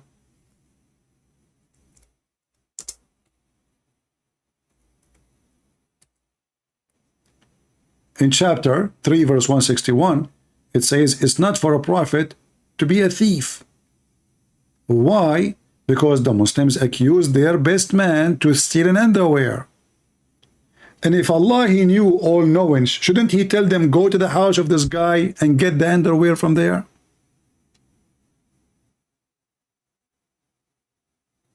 If he's God, they accuse Muhammad of stealing a piece of clothing. If Allah is God and Muhammad is messenger, how come he knew that the guy we should kill him because he knew the future, but Muhammad do not know where is the underwear? I mean, Pink Panther will do better than him. Shouldn't Allah say, hey, the one who accused Muhammad of stealing, go to the house of this guy, or let this guy take off his pants, you will see the underwear, the red underwear there? Until now, this underwear is missing, and Allah and Muhammad and all the detective of Islam cannot find it. Somebody saying, Fizan saying, Andrew Tits leave Christianity and accept Islam. My friend, this guy never was a Christian. He's a pimp. And you are proud about a pimp. That's telling me how bad Islam is. You see, you could not be proud about something valuable. You are bringing a pimp. Literally, a pimp. Soon he will hire all your sisters to open their legs, and good for you. Money is coming. By the way, did you register in his website? It's still working. You will get a degree in pimp, PhD in house pimping. Maybe your mom, she can join too. However, by the way, according to Islam, Andrew Tate is not a bad person, because in the Quran it says you can work as a pimp. Am I lying? I'm not. Chapter 24, verse number 33. If you don't believe me, go, and there is a video made by Susu, Fifi, Dudu. All of them, they are talking and they are saying, brother, it sounds like we can work as a pimp. Fifi agrees. He said, yes, brother. You can make your girls work for you as a whore, and you can be a pimp legal in Islam as long as they agree. And even if they don't agree, Allah is all merciful. There's no punishment in Islam for pimping at all. In fact, the license is in the front of you here.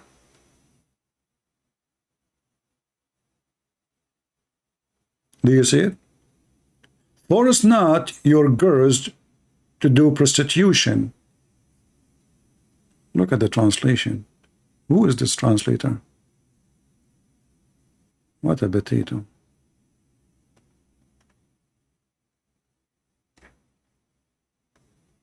Read it. Even if you force them, Allah is all merciful. Not a single verse in the Quran to punish the rapist. What is the punishment for sleeping with your mother in Islam? None. In fact, do you know that there is no punishment for having sex with your mother in Islam?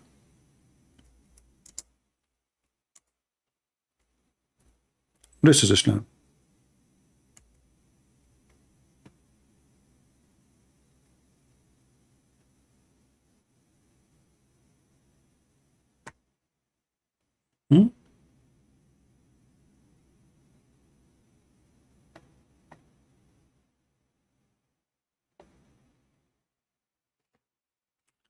Abu Hanifa al-Nu'man is one of the biggest sects of the Muslim Sunni. He's what? He is one of the biggest sect of the Muslim Sunni.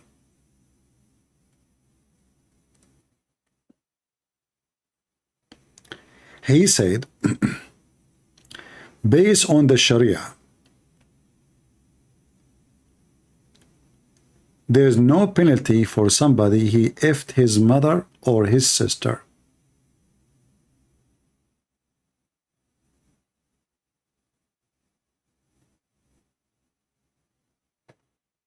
Are we making things up?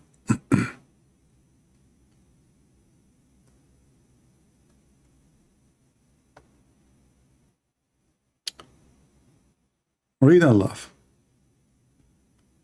Islam Su'al and Jawab. No, islamweb.net. Is it true that Muslims disagree about if there is it's forbidden and there is a punishment for having sex with your mother or your daughter? What is the opinion of Islam about this? And then here it says, Abu Hanifa, he says, there is no penalty for someone he had sex with his mother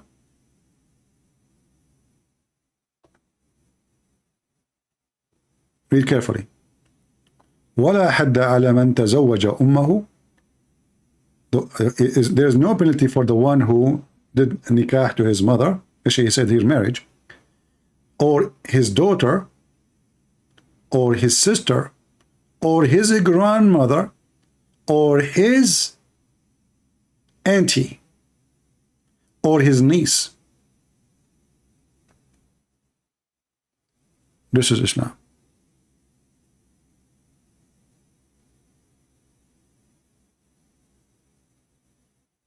Let us use Google Translation.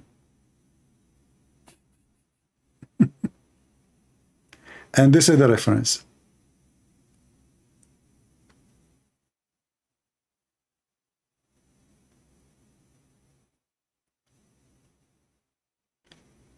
There is no penalty. Let us go back here. There is no punishment. Abu Hanifa, he said. This is Abu Hanifa. This is not a potato. This is one of the biggest watermelon for Muslims.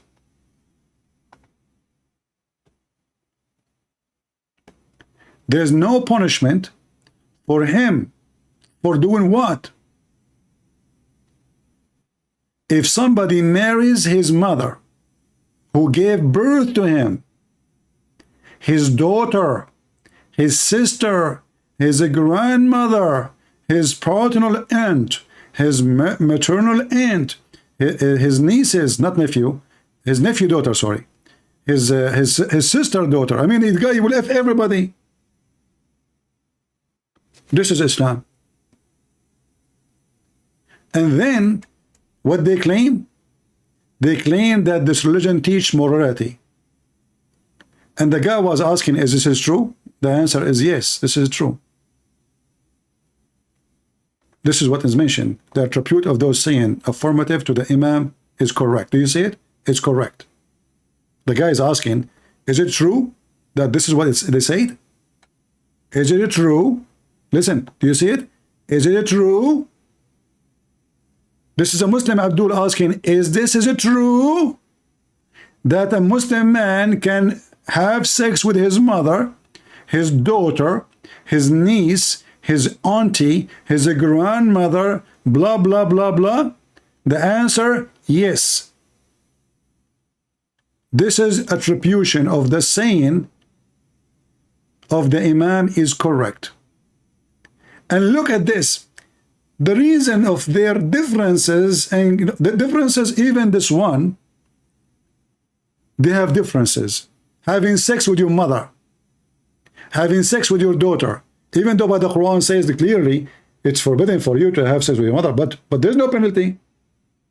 So if you have sex with your mother, which is forbidden, it's okay. Your daughter, it's okay.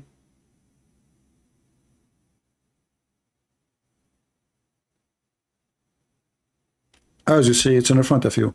Let me give you the link. You can use Google Translation. Be sure to open Google browser.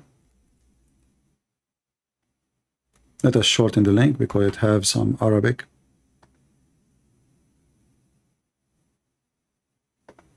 In the address, and Google will not accept. All right. Let me know if the link is working, please.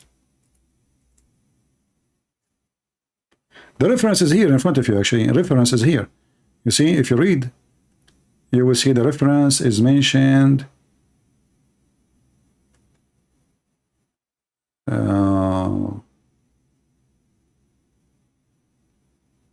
Where is it? Here we go. See the reference? Those are the reference.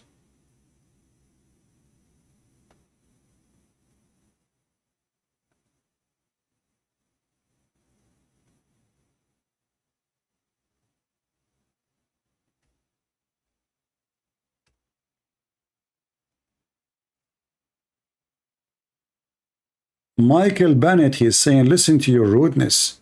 You are free of God. Brother, let me give you a hug. Is that will make me better now? I will be full of God? Well, I don't know. Look like Jesus was rude too. Jesus, he called the Pharisees, who they are a rabbi, he called them sons of serpent. He called them evildoers, hypocrite. Look how rude you are. You want to give me a hug, brother? Go to San Francisco. They will give you hugs as much you want, especially from behind.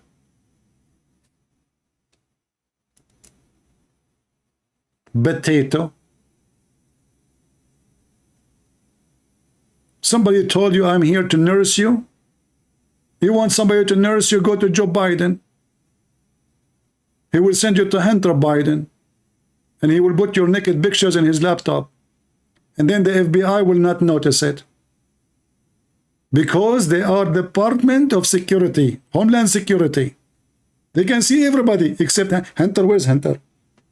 Hunter, there's nobody. Wait, well, computer, where? Huh? He took money? No way. Go, potato. Do we have any Abdul? Don't come to here if you are seeking somebody want to give you hugs. We don't give hugs here. We don't. Go to your mama.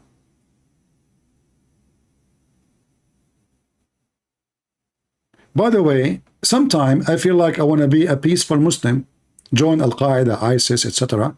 But then I said to myself, I think I'm not going to join them because those Americans, they will send their dog Charlie and he will kill me.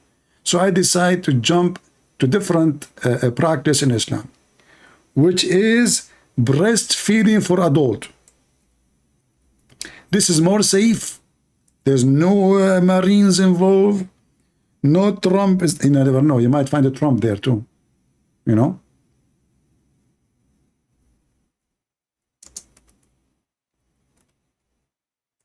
I mean, there's breastfeeding. Trump, he will go. Are you kidding me? You will find Trump, Pence, everybody there. Brother, what? Suckling, what? I mean, what's wrong with this religion? Have sex with your mother, with your daughter, with your niece, with your nephew, with your grandmother. And on top of that, we can suckle women even if we are adult. And those women are not our women. That's beautiful. And they say to you that Muhammad was not open-minded. My friend, Muhammad, he not only open-minded, he opened every bra. No person can enter upon Aisha unless he do suckle her sisters 10 different times. How beautiful. Why they don't practice this in the government offices?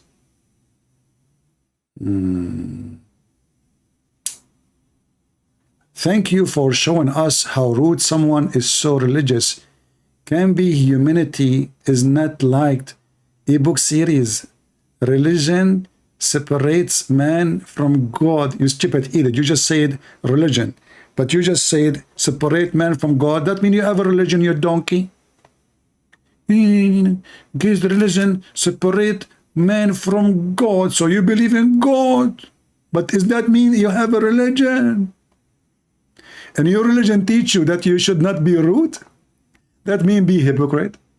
So now let me show you how stupid you are. You are saying you should not be rude, but you are being rude to me because you said to me you are rude. I mean, do you see how stupid you are? Are you married? Trust me, she will leave you immediately if she met me for 5 minutes. So you donkey, you are saying to me you should not be rude, and you are saying to me I'm rude? But isn't it rude of you to say to somebody you are rude? What do those people eat? I thought you should not say to somebody rude stuff.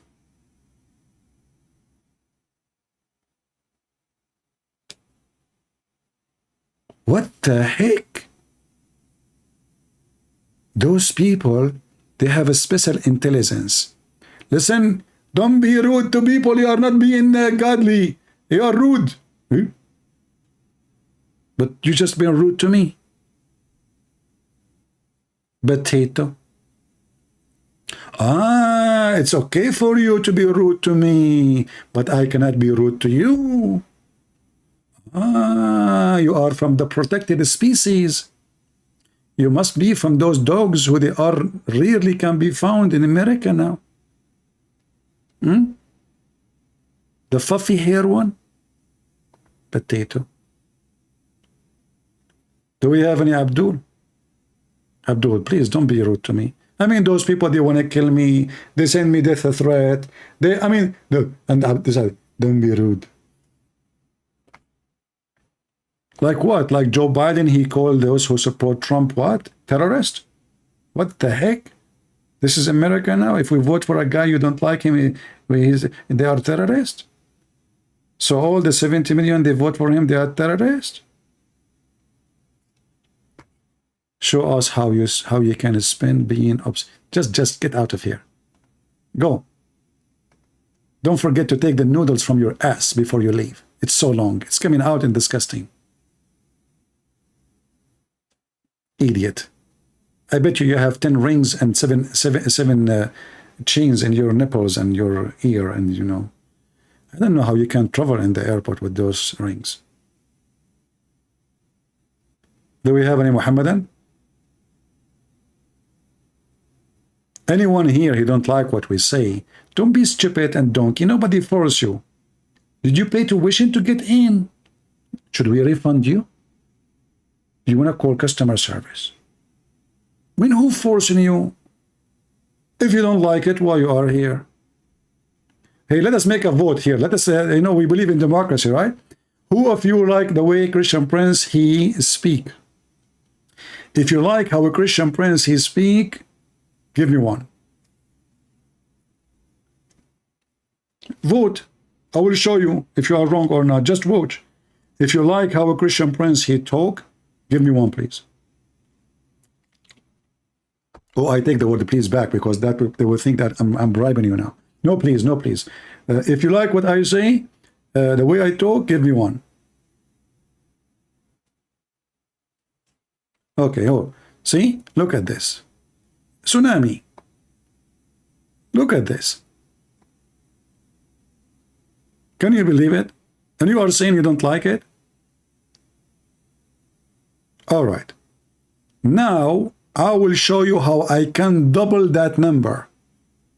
Hey, people, the one who don't like the way I speak, give me one.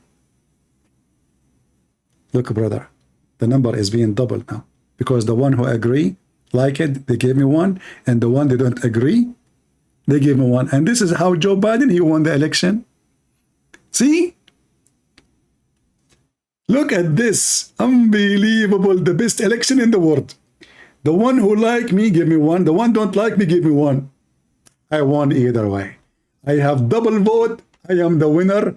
Joe Biden, brother, he is the best president in the world. He made your gas free. It's for free. Just go in the gas station. You pay nothing. Nothing. Because you have nothing left. See? Thank you. No, I did not say two. You guys are cheating. I said, if you don't like me, give me one. If you like me, give me one. Who's those giving me two? Those are like, they don't know, like, say, like, sorry, like, so.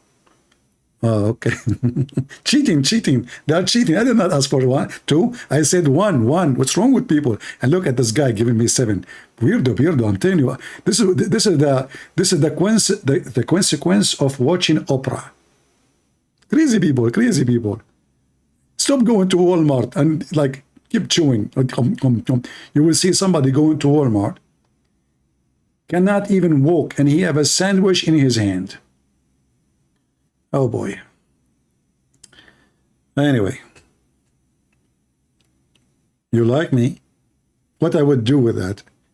Is that going to pay for my gas? Thank you for liking me.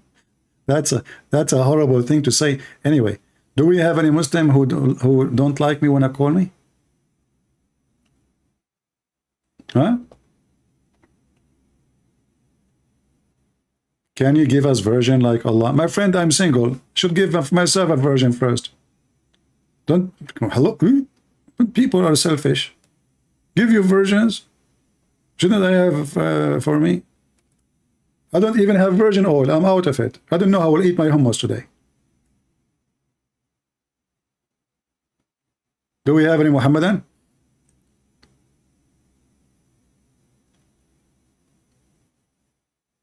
Here, my friends, we are Christians and we say things as it is. And if you are rude, that because you are being truthful. Never, never accommodate lies. If you do, you are not Christian. Don't listen to those puppies. Don't be politically correct. If you do so, you are no Christian. As simple as that. Yea, yea, no, nay. Anything else is from the devil. If they spoke to about any topic, never compromise. They say homosexuality, say it is sin. They say this and that, say it's sin. They say Muhammad is a prophet, say this is false. Don't and never compromise.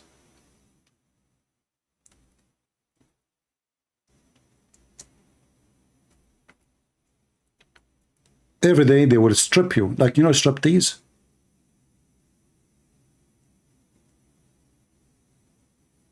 Striptease. Every day you will compromise about something. And in a year or two, you will find yourself naked. And this is the whole purpose of this garbage. They claim that they have moral. They don't. They claim that they are the one who can tell you what is moral, what is not.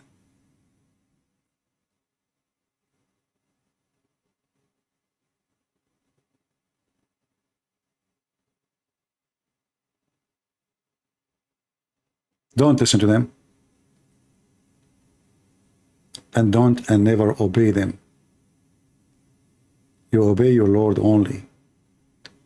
And anything is out of the Bible have nothing to do with us, and we will never belong to it.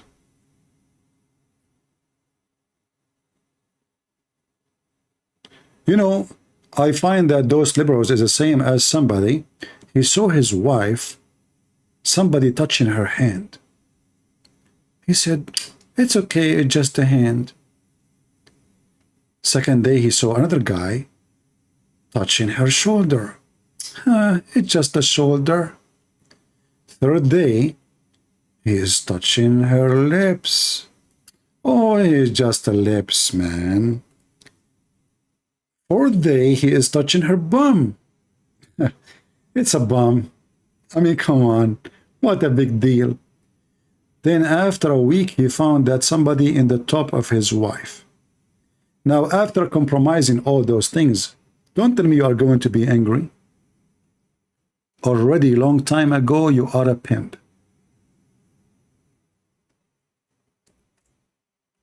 Do we agree? Long time ago, already you are a pimp. It's not today. It's not the day your wife, she stepped with that guy. Your wife, she noticed that you are not a man. You see things happening, and you don't even see it. You claim you don't see it.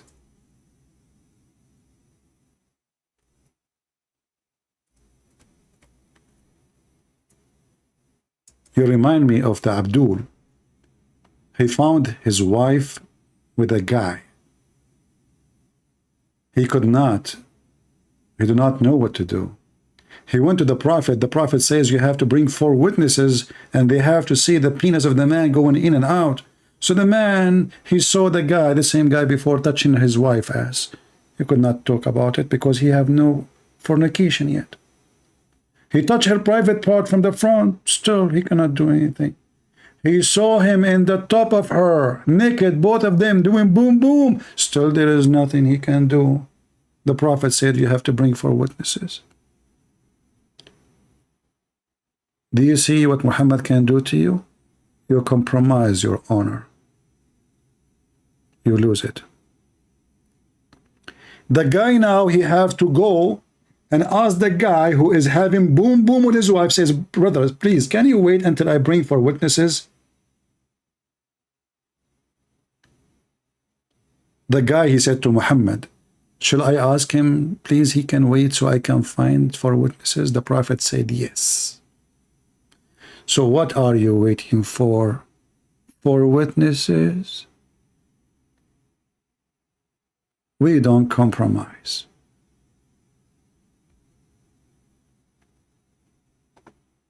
Do we? When you compromise your faith, you compromise your honor. When you compromise your faith and your honor, you become a slave. I mean, even a slave may be more respected than you because you lose respect inside you. A slave, at least, he's been forced to be a slave. You lose respect to yourself, but never with Jesus, my friend. With the Messiah, you will never lose respect to yourself. You will never lose your honor. And he said, don't fear those who destroy the flesh, but those who destroy your soul. Never fear destruction of the flesh, for that will not make you a loser. What will make you a loser is losing your soul, is become a pimp with no honor, with no integrity, is compromising your faith. Abdul was saying, how old was Rebecca? Abdul, do you dare to call me to talk about Rebecca? You know, Muslims, they come with a new idea. The Prophet is proving to be that he is a child molester. And he told them he can have sex with his mother and his daughter. So now we need to find, oh, when he married Rebecca, what about you, call me? If you are a man, and I will show you the refutation from your stupid Quran. Do you dare? Do you dare? I will let you read for me about Rebecca, and I will give you the answer from your book about Rebecca. Do you dare? But listen, remember, Muslims, you are talking to Christian friends. I'm not this and that. You cannot play with me. The laundry of your prophet, all of it is in my bathroom. The outside bathroom. Stinky. So how old is Rebecca according to your religion? Do you dare to call me? Then we will laugh.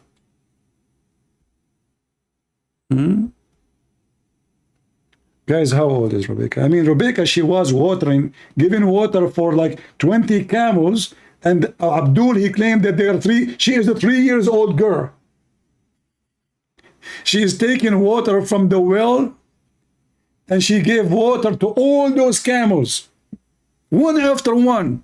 Even a man, he cannot do it, you idiot. 3-year-old girl, she was watering all the camel from the well of water. Do you know how much water every camel drink a day? Camel boy. We laugh at you. But in my case, I have the proof from your book, so you cannot deny it. Free Palestine. Yeah, we will free Palestine. We should have only Jewish and Christian there, because those terrorists who came to this land 1400 years ago, they don't belong there. Isn't it the stupid Quran says that this is the land assigned to the Jews instead of free Palestine? You see, the Muslims, the second we show them their stupid book, they spit at it. The Quran confirmed that this land is the land of the people of Moses. Chapter 5, verse number 21. Free Palestine, brother, free Palestine. So what are you, stupid God? Isn't it a destiny? Isn't it a destiny that this land is the land of the Jews? So why are you, a stupid God, don't free Palestine, or he want to freeze Palestine if he is the one who gave them Palestine? Are you mental, Abdul? Is that your book? Do you believe in the same God of the Jews? Will your Quran say so? Call me and I will show you the verses. Guys, look at those, Abdul. Where I got those customers from? Abdul Hamawi. Do you believe in the same God of the Christians and the Jews?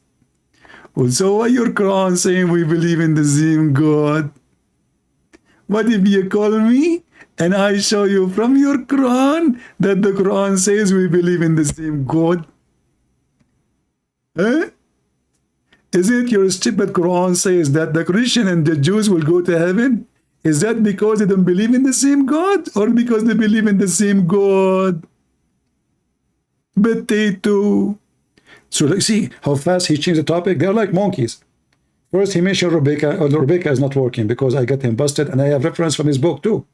So now we changed that. Do the Christians and the Jews will serve the same God? Huh?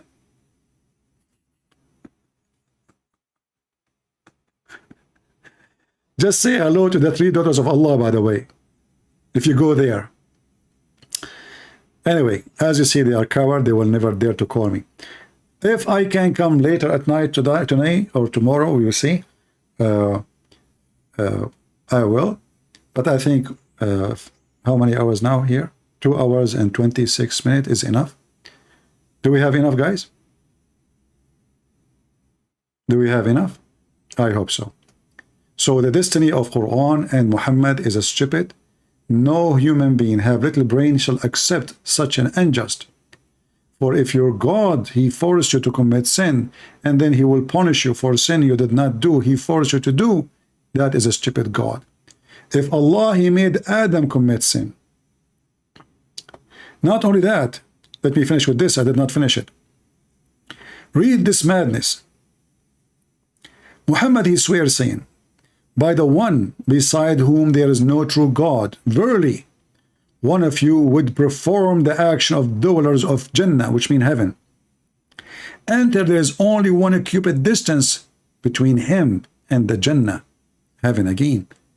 When what is ordained, not foreordained, he's saying in that translation, would come to pass, and he would perform the action of inmate of hell, and he enter it. Where is justice? So a poor Abdul praying to Allah all his life, doing jihad, killing Christians, killing Jews, killing Hindus, hating everybody. And then he is almost on the door of the heaven. And then what is written by Allah will overcome. Do you see it? And then he will start doing the action as Allah decided for him. And he enter hell. Do you see it? Have you ever heard of a stupid God like this? So you spend your life praying to Allah, hoping that what you do will take you to heaven, fighting, doing jihad, effing your mother, your daughter, your neighbor, and then what is written by Allah will take over. And you start acting the action of people of hell, and you enter hell. Well, this is a hell of a religion. And then here it says, and one of you would perform the action of inmate of hell, until there's only 1 cubit between him and hell. Look, this guy, he do everything wrong.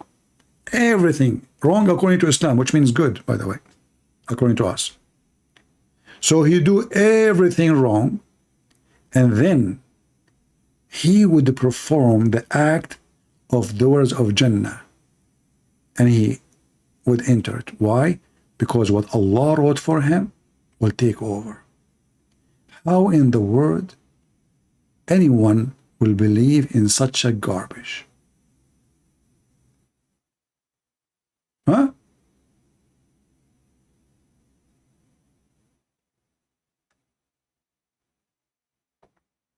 How anyone will risk his future with the garbage of Muhammad? Because as you say, it doesn't matter you believe or not. It doesn't matter you pray or not. It is what is written will overtake him, and he act with the action of the people of hellfire. Did we make it clear now that destiny is not about knowledge? Do you remember when the Muslim Abdul, he called me in the beginning, he tried to hide it and he says it's knowledge? Do you remember when we played for you Zakir and Yuka and he said, Allah is knowledge? This is not knowledge. This is destiny. You pray, you don't pray, you are going to go to hell, Muslims. You have a destiny. And your God is evil. So who in the world want to follow such a garbage? You spend your life, you say Shahada, you convert to Islam, you cut your penis. If you leave Islam, we cut your head. And then you find out that all of this was for nothing. You might still go to hell. And not only that, Allah will force you to act wrongly. Which means He created a false excuse. He make you do wrong so He can judge you and send you to hell. He forced you to do wrong.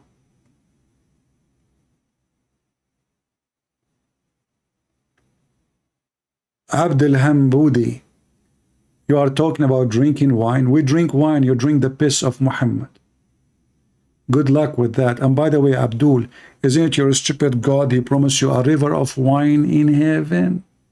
So how stupid Muhammad is, he forbid you from drinking wine in earth, and he allow you to drink camel urine and his piss and his shit, but then in the heaven you will do what we do, you will drink wine. Why you don't call me and tell me how the camel urine tastes and how useful it is? As I know, according to United Nations Health Department, there is tons of warning about the risk of camel milk and camel urine. Not to forget to mention that the Muslims, they drink and enjoy the blessed urine of the Prophet of Allah. Is that true? Look at this, look. Let me show you.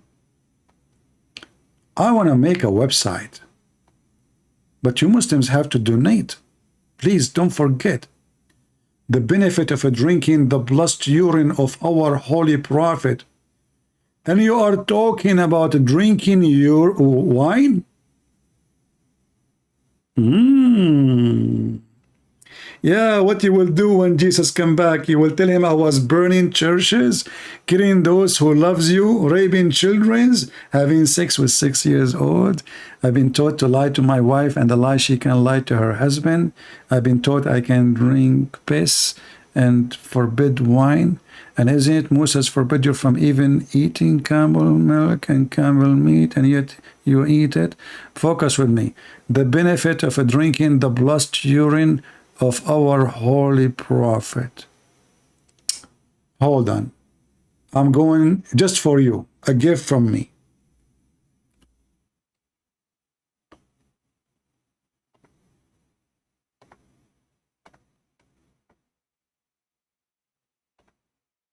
Brother, I know people, they post link for donation. I don't want it. I'm going to post link for your Prophet drinking his urine. Hold on. Here we go. This is the link. I will copy what you Muslim says. The benefit of drinking the holy Prophet urine. And I will pin this message specifically service for Allah, for the sake of Allah, for free. You don't pay for this commercial break. Here we go. And now Bud Light, who support transgender, they can use it for their commercial because their beer is like a piss now. Nobody drink it. So look what happened, brother. Guys, look at this. This is beautiful. The benefit of drinking, look what happened. The benefit of drinking the blessed urine of our holy Prophet. Who can beat that? Who is a Muslim there to have a big page in YouTube and he pinned this message in his chat? Do you dare? You don't. I am showing my support to Allah, peace, I mean, Allah Prophet peace upon him. Can you do the same? They don't worship Muhammad, but they worship his peace, his holy prophet, the blessed urine. Do you want to call me and tell me how Allah he blessed the urine? Did Allah pray on the urine of Muhammad? Muhammad, can you piss in the dish, please? Give me the why? Because I want to give it to Allah so he can pray on it. Oh, okay. Bismillahirrahmanirrahim. Alhamdulillahi Rabbil Alameen. The blessed urine of Prophet Ameen. You